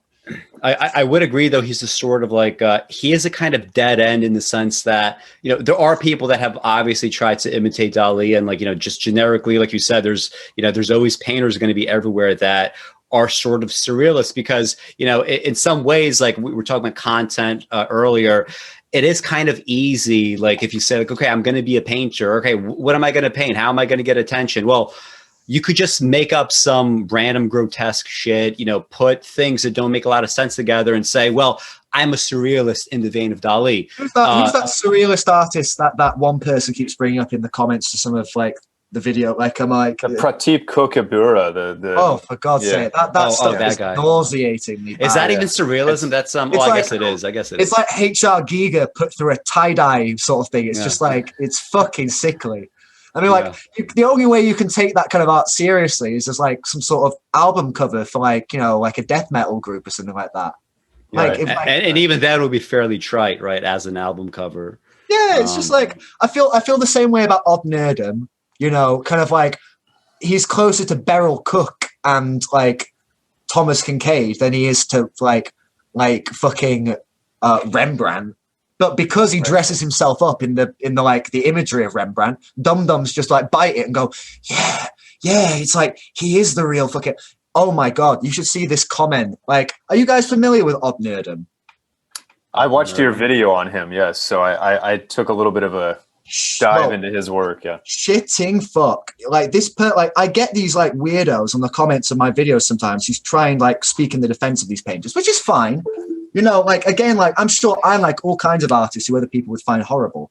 But I look at the defenses for some of these painters, and it's the same kind of thing I complain about all the time, in the sense that kind of, it's like they start talking, and suddenly we're not talking about painting anymore. We're talking about something else. We're talking about something very weird. Like this was this person's defense of Odd Nerdum, who is this kind of, if you can look at him, he is this neo-surreal kind of figurative artist, like who paints in these kind of desolate, I would almost say kind of like emptied out, slightly kind of like Samuel Beckett kind of scenes. But this person says, these paintings offer a weird esotericism. The idea of his work being kitsch is only partly correct. He's a sort of illustrative theosophical picture book with subjectless musings of altered states on lonely, godless spirituality. It has this dark world magic about it that is alchemical, but never brings the goods. They go on to say, there is no story. They are all frozen statues in the Necronomicon, a timeless state of death in the logos of hell, in Kabbalistic wizardry. But what the fuck are we even like? What the fuck is this? What the fuck? And what the fuck are we even talking about? Like, but that's just it. Like, I don't know whether these painters actually sit down and think, but like, you know, this is the kind of thinking and talk. Like, this art does cater to a kind of lowest common denominator kind of thing. Like, if you know a little bit about Rembrandt, then yeah, Odd Nerdum does look really impressive. Wow, it's almost better than Rembrandt, actually. Yeah, it's more like, does Rembrandt have like cannibals? No. Like this is cool. Like, and like, you know, like, and it's not got any Jesus stuff in it. That's cooler. Like, it's like, it's almost like you're trying to get rid of, like, it's almost like a weirdly enough, it's almost like post-medium painting. You try to have it both ways. You try to like present like paintings to us now that almost ask you to will yourself to believe that they're paintings from sort of imaginary past. It's bullshit. Like, the best way to look at art is to look at it without preconceptions, without ideology. However you can try to do that. You know, it's hard, but that's the best way, to look without expectation, to come to it like naked, as it were.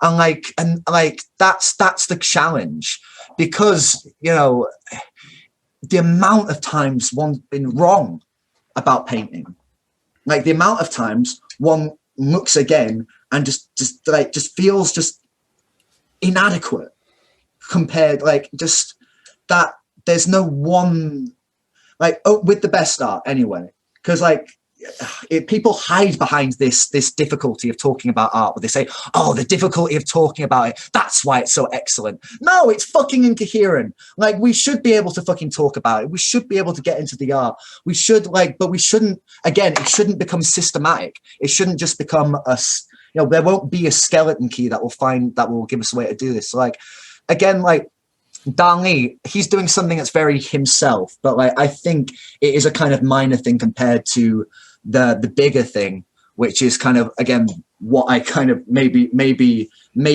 hold up too high in regard, but like, that's the painterly stuff I'm interested in.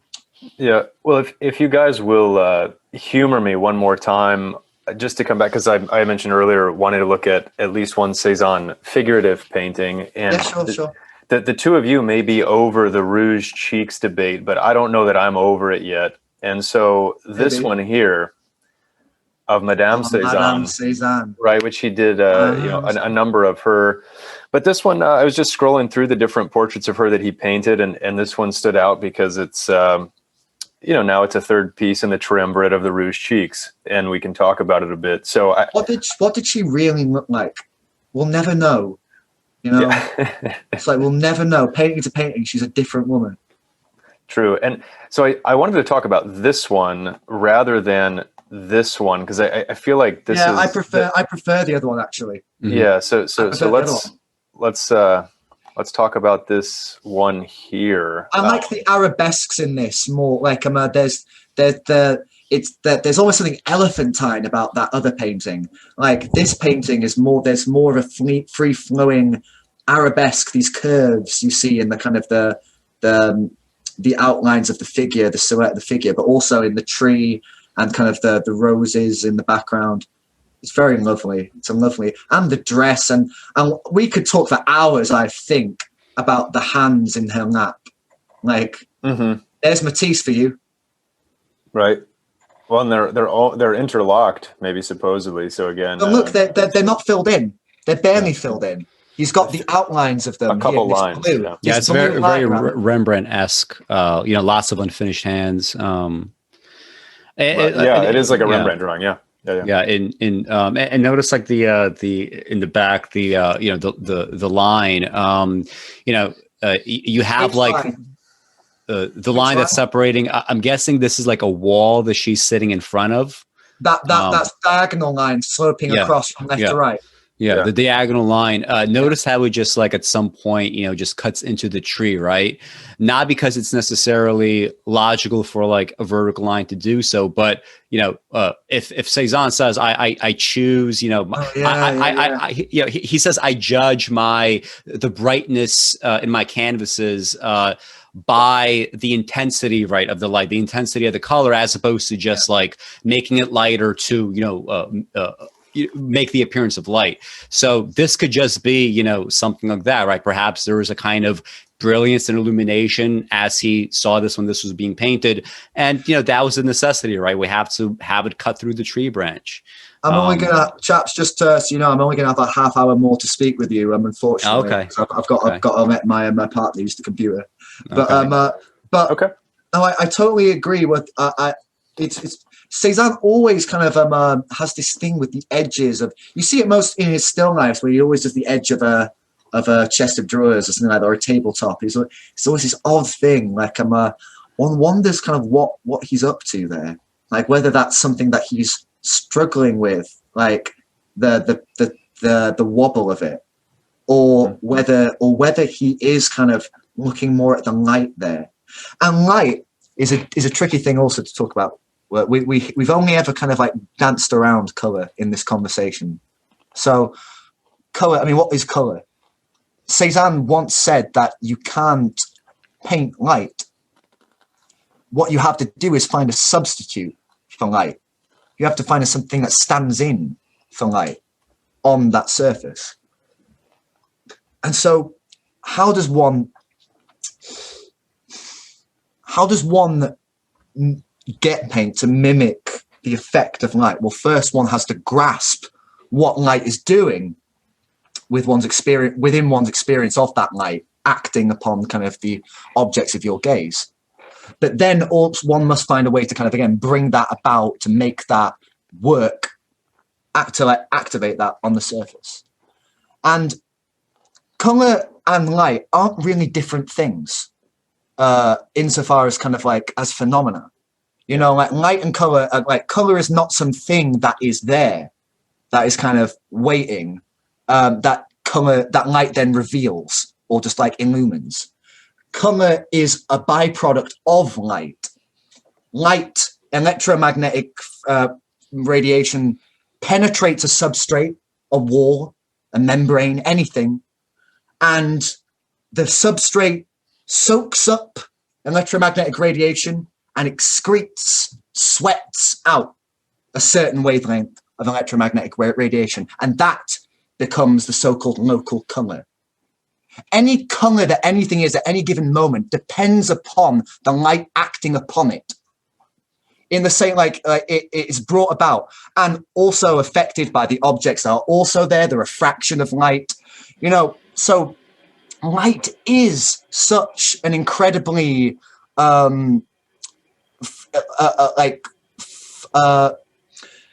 fleeting sensation, such a difficult kind of phenomenon to really kind of depict in the way that kind of all the different things it's doing at one point.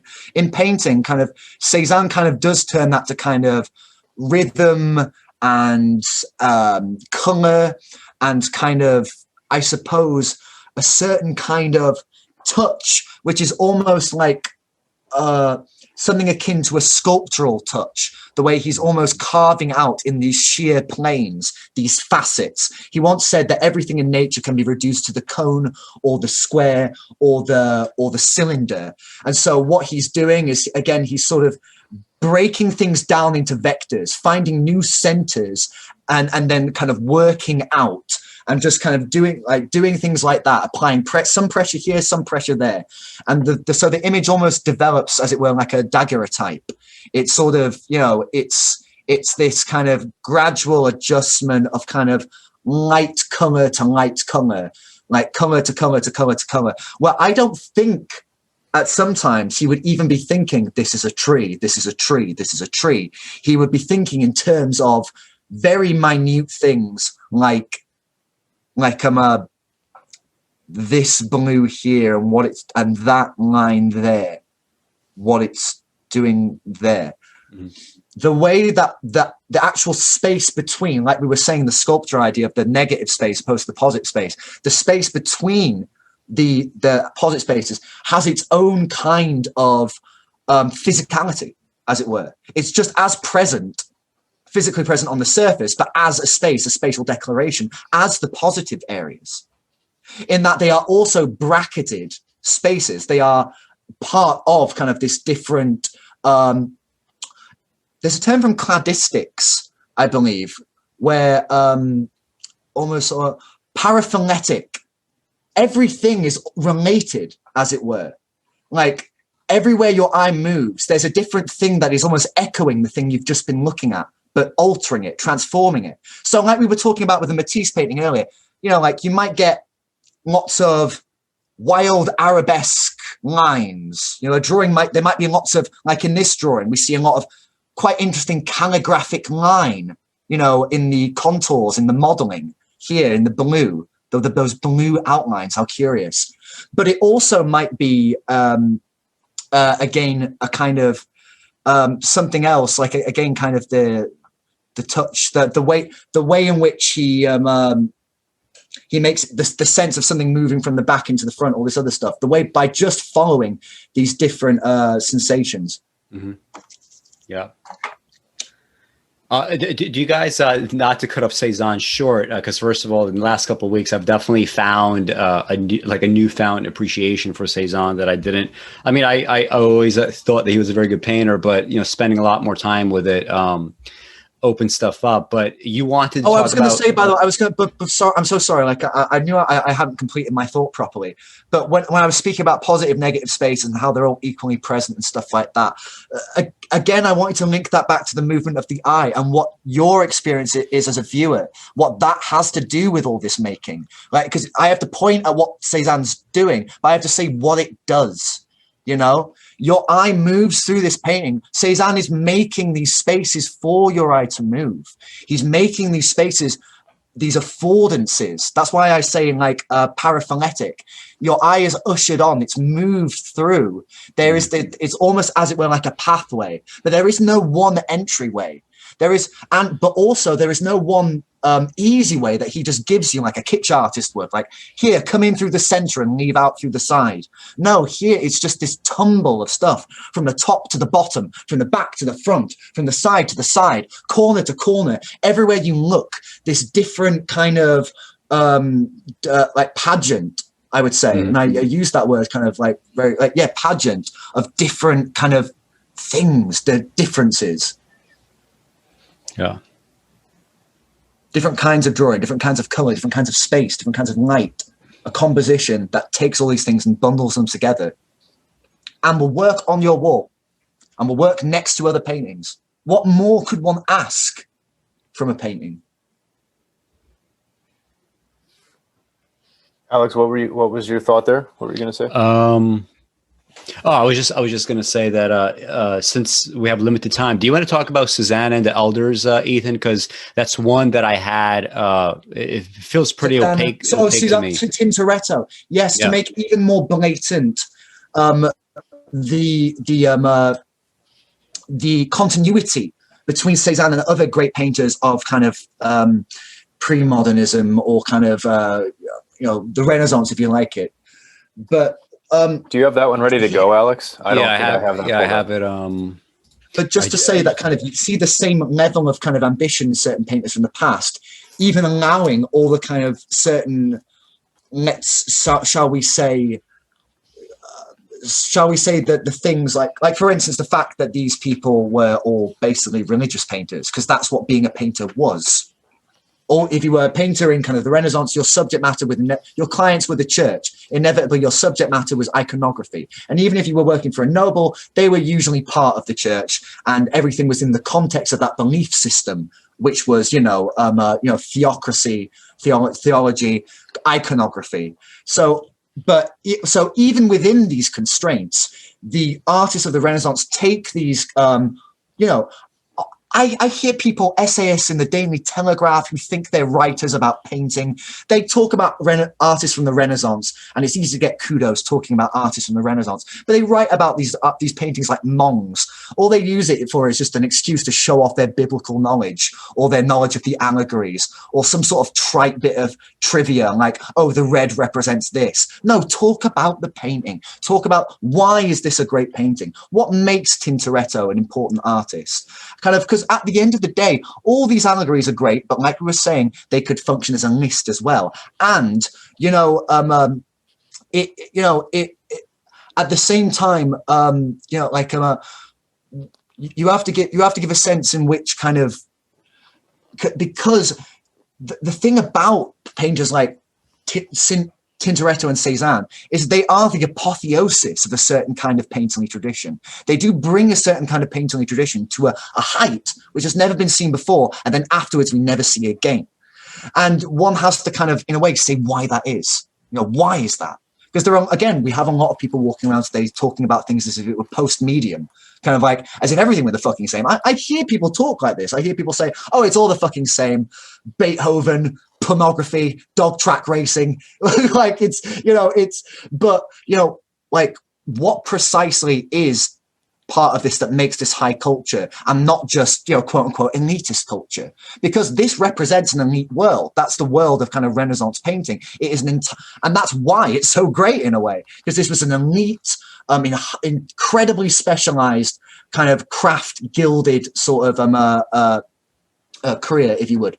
And painting really had to live up to all these things because it had no choice. The art existed to make the church and the ruling class believable. It existed to make the space of their beliefs real, and it had no choice but to fulfill all those things. But the trade-off is to we have to then say kind of what happens with modernism is that this horribly unequal society goes away, but we get an artwork, a world of art in which we don't have the assuredness of kind of a certain kind of tradition. We don't have we don't have this kind of iconography that is shared, that is cultural, like say Catholicism in a secular society, that we can just draw upon to like, you know, like, it's not about just flattering kind of the ruling ideology now. You have to create your own ideology. You have to create and justify your own reason for being an artist.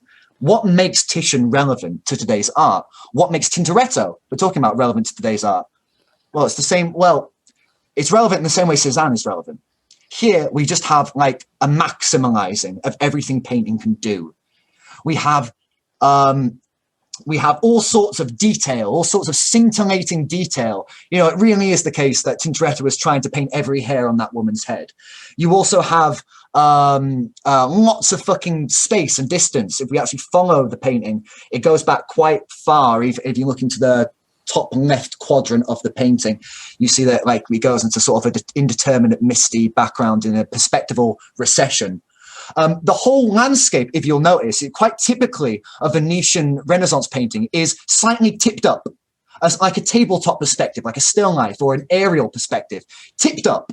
So the space recedes backwards and we see it receding backwards. And we even have these little bracketed avenues, these tunnels, these trompe wheels, these literal funnels down through the central space of the painting that Tintoretto sets up. And even back there, we see him disrupt it with the horizontal of that river coming in from the left-hand corner and cutting through the center, right through the path where we see the figure lurking behind the wall at the end there, and where those trees come up and create bars between us and the tunnel that carries back.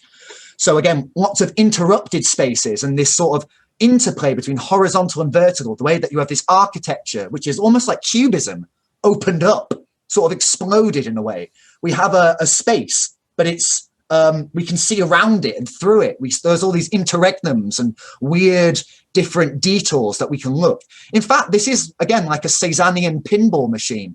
Our eyes rocket around in here. And all these other sort of strange... In fact, compare this to the Moroccans by Matisse. In that picture, we had ovals, but here we have heads. So think about this painting as an interplay between these different planar structures like the walls and the tunnels, for instance, and that mesh fence in the background, and these more volumetric modeled sculptural things, such as the figure of Susanna and her head, the figure of this elder on the left-hand quadrant behind the wall and his head, the way that the mirror is right between a kind of diagonal path across the painting between his head and hers, so that you have an illusionistic space in the mirror right there, kind of where his body would be behind the wall. All these little plays on space and perspective where he sets up sort of a continuum and then interrupts it and brackets it off and like builds out. And like and also we were talking about Baroque space, right? Here, just a great illustration of like a space that recedes, comes out, and has lots of these sculptural arrangements, configurations scattered down through the depth of the painting, while at the same time having a kind of a counterpunctual movement, which I would say you can find in the foliage of these trees and this wall and these more naturalistic sort of things, such as like the foliage or again the way that the verticals of these trees are sort of playing in this little against the elder, right? I mean, they're sort of leaning. Most of them are leaning towards the elder. He's leaning towards her, right? There's that opposite kind of that empty space on the other side of the wall there, above the elder at the bottom left-hand corner, where you see the deer and the kind of the river coming in the back, and the vertical weight, in a way, the pressure of those tree trunks as they come down, like and the way that like it just really, I always see these trees in these great paintings, especially, and how more accentuated it is by the fact that the space is, again, tipped up. We're not seeing everything front on. We're slightly elevated, or the space itself is on an incline, which wouldn't really make sense. But then that's the thing about this space. If you were to actually take the space seriously as a literal, record of an actual space to be measured inch by inch, one would find it tricky. With Vermeer, one could do it. With Della Francesca, one can do it, but not really with Baroque high Venetian painters. Because the sense of shall we say mathematical perspective or recession was more liberally used, more fancifully used in painters like Rubens and Titian, partly because they weren't the only painters working on it. They would have assistants, they would have journeyman apprentices who would, say, specialize in Greek urns and vases, another painter who would specialize in, say, aquatic gods or something like that. And they would, come in and add their section, and every other person would contribute. And then all at the end, the master would have to tie everything together with his touch. That's what you get in Rubens. Rubens has not painted all of his paintings, but it's his job to then get all these little things which really don't look like they're really in the same space. There is something slightly hyper-real about the way there's almost too many different light sources in this painting. You have it coming through the back, you have it coming from the front. It's just so many different light sources. It works, it's great, but again, it works because it's painting. It works because it's held together by that touch, by that. It's slightly difficult to get a hold of with this reproduction, but it works because that final kind of touch, that finish, it has to be done in one go, really. That was another rule among sort of like all these things were done very quickly, but over time. Every successive layer has to be executed very quickly, but it would take years. And very often, they're working from drawings, they're working from other paintings, these things are very elaborately worked out. They're very meticulous, they're very conceptual even. So this is the thing about kind of like Renaissance painting like Tintoretto, just how much there is in there, how it can be from a certain perspective to a genre painting.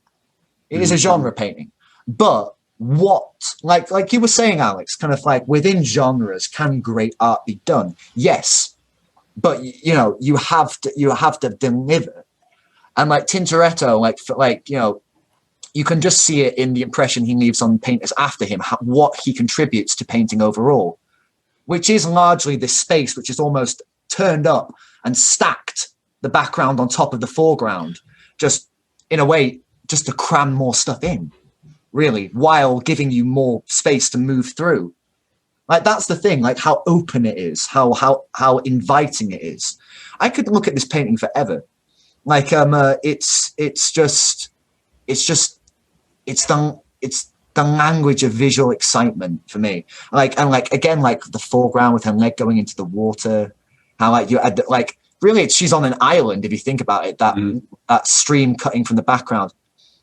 Manet must have really loved Tintoretto if you look at a painting like this and think about Déjeuner Célèbre. Right. Like a painting like this is, you could almost imagine Manet standing in front of this painting and going, how can I do my own Susanna and the Elders? But how can I do it how can I make it for today? And go ahead.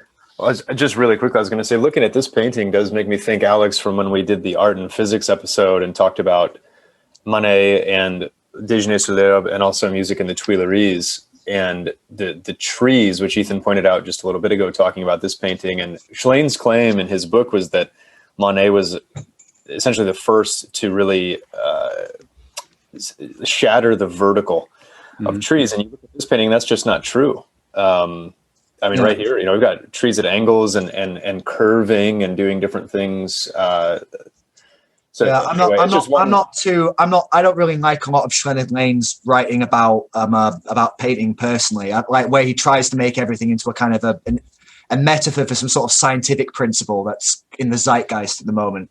I mean, what we were talking about though is even if that's overstated on his part, the general idea that art communicates something deeply that has not been, written down or sort of really formalized in any way. That part is true, right? There's always if you read great writing before, Freud, there's still Freudian, insights into, the psyche. I think viewing it that way instead I totally agree with you in the sense that kind of that's the thing that's so great about Manet, that he makes, when we're saying kind of the role of kind of artists, it's not that you're competing with artists from history.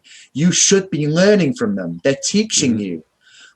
but you need to take their lessons seriously. For them, it was not the case of biting the artists who came before them. Not that they knew that they had to make some sort of thing to make painting more durable. Sometimes that would mean emptying the painting out of a certain content. Sometimes that would mean upping the ante and putting in much more. But always one has to do something to it. One has to make some sort of contribution. But at the same time, it's not a disowning or a distancing oneself from paint. The whole point of man is to make the great achievements of the past more recognizable, to make what's so great about a painting like this more recognizable to people in his own time by going, look, imagine a painting by Tintoretto, but it's not about some mythic, heady, dramatic scene from the Bible. Imagine if it was something that you saw on a walk home. That's his kind of conceit, and that's his realist, quite literary conceit. But it's an interesting conceit, isn't it? Because that is in fact the first real instance of someone putting it that way, of saying, what if we could do? And Cezanne follows suit. Cezanne says, I want to redo Poussin after Impressionism. He puts it exactly that way. It's literally, he's trying to kind of, again, what all great artists do, trying to in a way summarize the art of the past and push it forward. Like, that's what Tintoretto's doing. Maybe less obvious to us, or maybe more, I don't know. Like, again, there's cliches that we have to get around with any kind of art, mythologies, all this other stuff. But Tintoretto there's a layer there for us too. Mm-hmm. He's talking to the people of his time. He's talking to the Christians, but he knows that there is a level for us. Who's us? Well, it could be artists, it could be modern people. Like, we can't say, but there is a level, and we can talk about this level, kind of like as a level distinct, like that is broadcasting to the future, that is made with like the art of the future in mind. Because he is aware of his place in history. He is aware of his predecessors and and do you think he doesn't think about art as a continuity, Tintoretto? It's iconography, it's literal continuity, it's literal dogma. Like, he knows that he is making an intervention in a certain tradition for the tradition's sake. And that it's all the time, it's fraught with risk. You know, but we can all be kitsch artists. We can make safe decisions. We can make art that's cloying, that panders to people's ideas about art, that can even ingratiate and flatter people and sort of say, oh, you're creative too. You know, like, it's like, but, you know, creative, like, it's like there's a kind of faux intellectualism that goes on nowadays that kind of is part of the reason why kind of my kind of hunt for art kind of online or whatever has become more desperate, because more and more it's harder and harder to get away from this kind of rhetoric about art, which again either literalizes it or reduces it to an object. People like the way, I mean, if you look at any kind of art academy or anything now, or kind of in any of these awards, it's all like incredibly like, oh, I don't even know, like all this art show kind of stuff, all these frieze painters, all these kind of like it's all just, it all makes the scene far too quickly. Anything that makes the scene that quickly can only be minor, like as Greenberg said. Like like great art is a kind of it has to be a personal thing. It has to be this personal endeavor where you kind of you return to it. It's my obsession, you know, kind of like I wake up and I think about paintings. Most of the day I'm thinking about paintings. Like it just compels me. And so when I think about kind of like what's at stake for painting, I say, look at the art of the past, and it's all there. It's all already there. The art of the future is in the past. Culture and time itself is not a line in one direction. It's not a loop either. It's not a recursive thing. Things don't just come around and around again. In fact, that's what postmodernism would have you think, that we're all stuck in a loop of the same forever and ever and ever. High is low, low is high. No, time, history is a fucking spiral. It depends how far you go into it. And when you go into it, you'll just get sucked in, and like you'll just know more and more and more if you want to learn more. Like, I can't help but learn everything I can about painting because I need to, you know. This is not required for everyone. No, it's not normal. Neither should it be. But like, that's where I'm coming from, and that's always kind of like the perspective that I would bring to like a conversation about painting. It's that kind of, I do, unlike Heron, have a kind of visionary perspective for painting that incorporates the ancient past, but also the future. I mean, what the fuck does painting mean for today? COVID today, you know, what the fuck does, like, how are any of you going to be able to afford any like contemporary art anytime soon? Are any of you going to be able to attend any galleries anytime soon? Hopefully, right? But it's not a fucking given. No. These are the time for questions like this. What does a post-COVID art mean? Not just post-COVID painting. What does post-COVID art mean? Listen, I'm perfectly fine just zooming in. I'm perfectly fine just zooming in like this and examining detail from my computer. As philistine as that sounds, I've always been that way. If I could just look at shit without leaving my house. Speaking of which, like I was going to ask you, Ethan, about like the symbolism here in terms of like, do you think, you know, that even adds anything? And, you know, my answer is no. I think your answer is no, partly because I think, Alex, though, it's because like we know, even if you don't know the iconography, you can guess.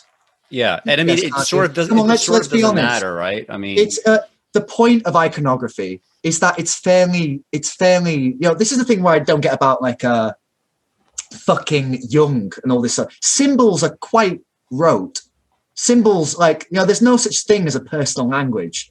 If you're using a pictorial language, there is going to be some sort of like, you know, I mean, like, symbols are pretty easy to deduce, especially in iconography, where you see it repeated all the time. If you look at enough of them, you'll know what is fucking going on. Like, and that's the case with I feel like a lot of bad art. But in the case of kind of like this sort of art from the past, like you should be mistrustful of art which like praises art like this and only talks about what's happening on the level of like what's symbolically happening or what's allegorically happening, because you should trust us enough to be able to get that. Mm-hmm. Like I think the fucking painters do. Like, there's none of this false sentimental enigmatic theatricality about a painting like this. It's dramatic. This is a drama. You know, like, I don't think there's any sort of overt cloying emotionality. I don't think there's any kind of like, even in that face, even in that beautiful idealized nude's face, like, there's none of the sweet sugary synthetic confectionery or like you get in kind of a Zhiwei Tu. Like, it's just everything here. Like, yeah, all my favorite artists are figurative artists like this, you know, kind of, but, you know, like, it's like that. Yeah. These artists continue to be new for me. People like Tintoretto and stuff like that. I don't know. I see that blush on the cheek, and it's the same old blush, right? And Susanna is supposed to be, you know, the kind of like the pure holy one.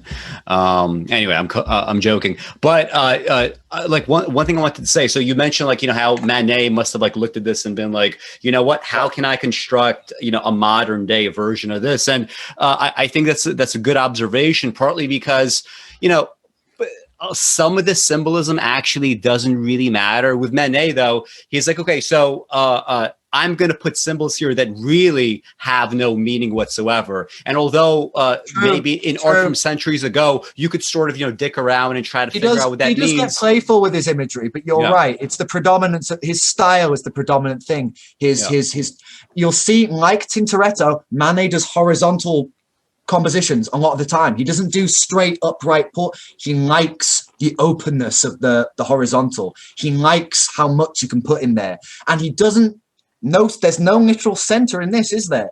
There's no like, where did the painter start? No idea. Like, with Manet, it's the same thing, but like, you're right, he really does make it this realist thing of anything I look at in real life can become a painting. It's the mastery of my eye over the objects of my gaze. So he could do anything he could do a manifesto painting, and he did, like Déjeuner Summer, that's a manifesto painting, or a painting like the Venus, like or Olympia, that's a manifesto painting. But he could also do these more, like sober, sulky pictures of asparagus, or you know, his son like in a kitchen, or people on the beach. That was the idea again, that like he could just touch stuff and it was painting now. And in a way, those manifesto paintings were him kind of, in a way, kind of playing to the crowd a bit. He is kind of knowingly anticipating the response of the press and all this sort of stuff, and going, okay, you want a reject painting, you want a salon reject artist, I'll give you a real salon, I'll give you a prostitute painting, like what's wrong, there are prostitutes in all the Renaissance paintings, these are no different. You know, you can imagine him like, that's the chuckling, very sort of quite authorly kind of school professorly kind of wit you get in painters like Courbet and all these, like almost Nabokovian in a way, you know, like that kind of very literary kind of like slightly like I don't know. They're very in love with Nabokov, like those French painters, is very in love with himself, the idea of himself as an artist, like which again you see in a lot of modernism, kind of the idea of the artist, what he chooses to make art. For you know, Romanticism was all about noble stuff. Like modernism became about you, basically. It became about your world, your mind, your perspective. Increasingly, there is more pressure on art to be political and all this other stuff. And again, I would again stress kind of the primacy of this kind of modernist way of looking at stuff. Not a kind of like neo-modernism, but I think kind of like I do respond to that, like we were saying, like quite traditional idea of being able to see the work, being able to see the hours put in, craft values, you know, I like conceptual stuff, I like literary stuff, I like emotion. That's not what kitsch is for me. Kitsch is not against emotion. Kitsch is against assumptions and laziness and complacency and bad taste. That's what kitsch is. Like but what I want is painting that kind of like that ups the stakes. And that's that. But anyway, guys, I've got to be getting off, like because I'm already pushing my luck with this time, and I think my partner's mad at me. Okay. So, yeah, we'll just finish this up, and I mean, we should do something with this again. I mean, this was very good. No, this was good. Like I hope I don't. Again, I didn't come off as too kind of like a Stalinist, like in my declarations about like painting and this and that and whatever. But like I like polemic sometimes. Like it's good. Yeah, it's good. It's good. I'm a polemicist at heart as well. Even if I'm an artist, like it's still like it's good. Yeah, and like Trump told us, don't fucking apologize, especially if you didn't do anything wrong. Double down. That's right. That's right. Dig in, baby. Double down. No, that's good. I like that. Obstinance. That's the flavor of this new decade. But yeah, it's been lovely talking to you chaps. Like I'm always happy just to talk about painting as it is. So like this has been one hell of an opportunity. Yeah, look, we prepared so many. I always over prepare. We prepared so many paintings. We got through like 10% of them. So we could do this 10 more times. 10 more times to get through the rest. Well, we should do something again soon. Like like I could have gone for longer. But hopefully, I was able to like cover kind of like a fair amount of ground so that you're not like left kind of going kind of like what the fuck does Ethan believe in? Like what the fuck is his deal? Like hopefully you have a good enough idea of kind of like where my brain is insofar as paint is concerned. Yeah. But yeah, been absolutely great talking to you chaps. Joel, Alex, like been absolutely lovely. Let's do this again sometime. Yep. Have a good night. Sounds good, Ethan. You too. I don't know how I'll get out of this, by the way. Like, leave. Yeah, you can push leave. Yeah. See you next time. See ya. Bye. Bye. Leave meeting. He's done it. All right. I mean, do you want to finish like with this painting a little bit? There's just some things I wanted to say. Like, yeah, I was talking about this concept of like, you know, I've always liked this idea of like the anti-symbol, right? And like what I was reading about this painting, it's all like people were talking about like, oh, you know, like the red and one of the elders is, you know, he's dangerous and he's a rapist, right? So it makes sense. And well, first of all, it's not really red. Second, Yeah. Second, it's much more interesting for me to look at, this like pink cloth or shawl or whatever it is that he's sort of holding on to. He's clutching it. Maybe he stole it from her. Yeah, maybe it's her clothes. And like to me, like, okay, if you want to get on, this idea of danger, the trite way of doing it probably is like, let's make this guy given a forbidden color. But instead, it's like, okay, so she doesn't quite know what's going on yet. She's sort of staring at the mirror, and there's like these flowers around, and there are it's the same pink color, right, as this. The danger zone, right? And it's a nice way to think about, like, if you imagine like their ultimate confrontation, right? This gives it a little poetic quality. There's other like things I noticed, like I'm not sure if Ethan mentioned this in his talk about like the horizontals, but you have this like river horizontal that, like, the river here expands like by the elder's foot, right? So there's an expansion of that. And I noticed this, like, thing about her body as she sits down and does whatever she's doing. It's so kind of, there's such a mass to it that here you have a piece of grass that's bending. It literally picks up water, and then it goes back on its way when she readjusts herself. And this action, this motion is already captured, right? So there are tons of stuff here, but I wanted Ethan to discuss this specifically since he said this is like, his idea of like the greatest painting ever. But there's lots of details like that, and even like the luminosity of the colors. Like, this is very like El Greco. Like before, like way before El Greco, right? So anyway, those are, I guess, the rest of my thoughts on that.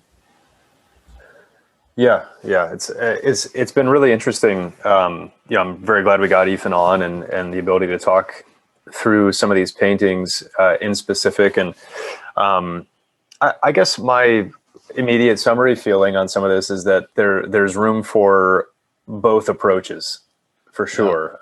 Not that they're completely discrete from one another. Maybe what you and I would describe as our more narrative literary approach to looking at paintings. And I think Ethan did not, like, when he was saying different paintings we could talk about, he didn't send us like any shit paintings, right? Right. Like that's something too important. Like, even if we have like the, these divergences and some of the specifics, like I would, disagree, conceptually about like, Soviet art. Like, yes, there's a difference between artistic mandate and what gets, put up by the state versus whether or not you could do something, in that category. But, like, even if we have these disagreements, which seem kind of large and in some cases insurmountable, I mean, he did not send any like shit ass paintings that I would think like, why would he even want to talk about this, right? So, right, yeah, well, and that's just it. I think that it probably speaks well to, certainly it speaks well to great art in general, that maybe you can come at it from a couple very different starting points, but end up in the same conclusion. You have to be able to, right? Yeah, that's part of what our argument has been all along, and will continue to be. And so that speaks very well to these artists and to their artworks. And so I'm glad for it. It's been really good to listen to him and offer his insight, especially as a working painter. And it's forced me to certainly start to wrestle more with my general perceptions and how I've approached painting, most especially in the past, as an artistic medium, and maybe how to look and what to be, more so how to look than what to look for. Because I think that's been my typical approach in the past is let's go on the hunt for something that can fit into a narrative or and that's maybe been the biggest thing with AbX, right? Because I think that even though Ethan made a good distinction earlier in our conversation between there's good AbX and bad AbX, just like there's good figurative and bad figurative and all this kind of stuff. Because I think that my tendency in the past has been to lump all of that more or less together. And so AbX, just as an example. So it's making me think afresh about not just dismissing things out of hand, but to really learn a little bit more of how to look and give things time, several takes before making a judgment call. Yeah, I agree. I mean, the last couple of weeks have been pretty good, pretty relaxed, prepping for this specifically. Definitely found a new appreciation for Cezanne just by like having to like literally, sit through tons of paintings and, read more of the details, things that were said about him. Like, so yeah, maybe one day we could just do like a show where we're just like talking about just, I don't know, 10 paintings that, we just randomly want to talk about, combining, some of these various approaches. Sure. Yeah. I'd be game for that. Yeah. So this is Black Girl Stock Picks telling you about how to trade on Webull.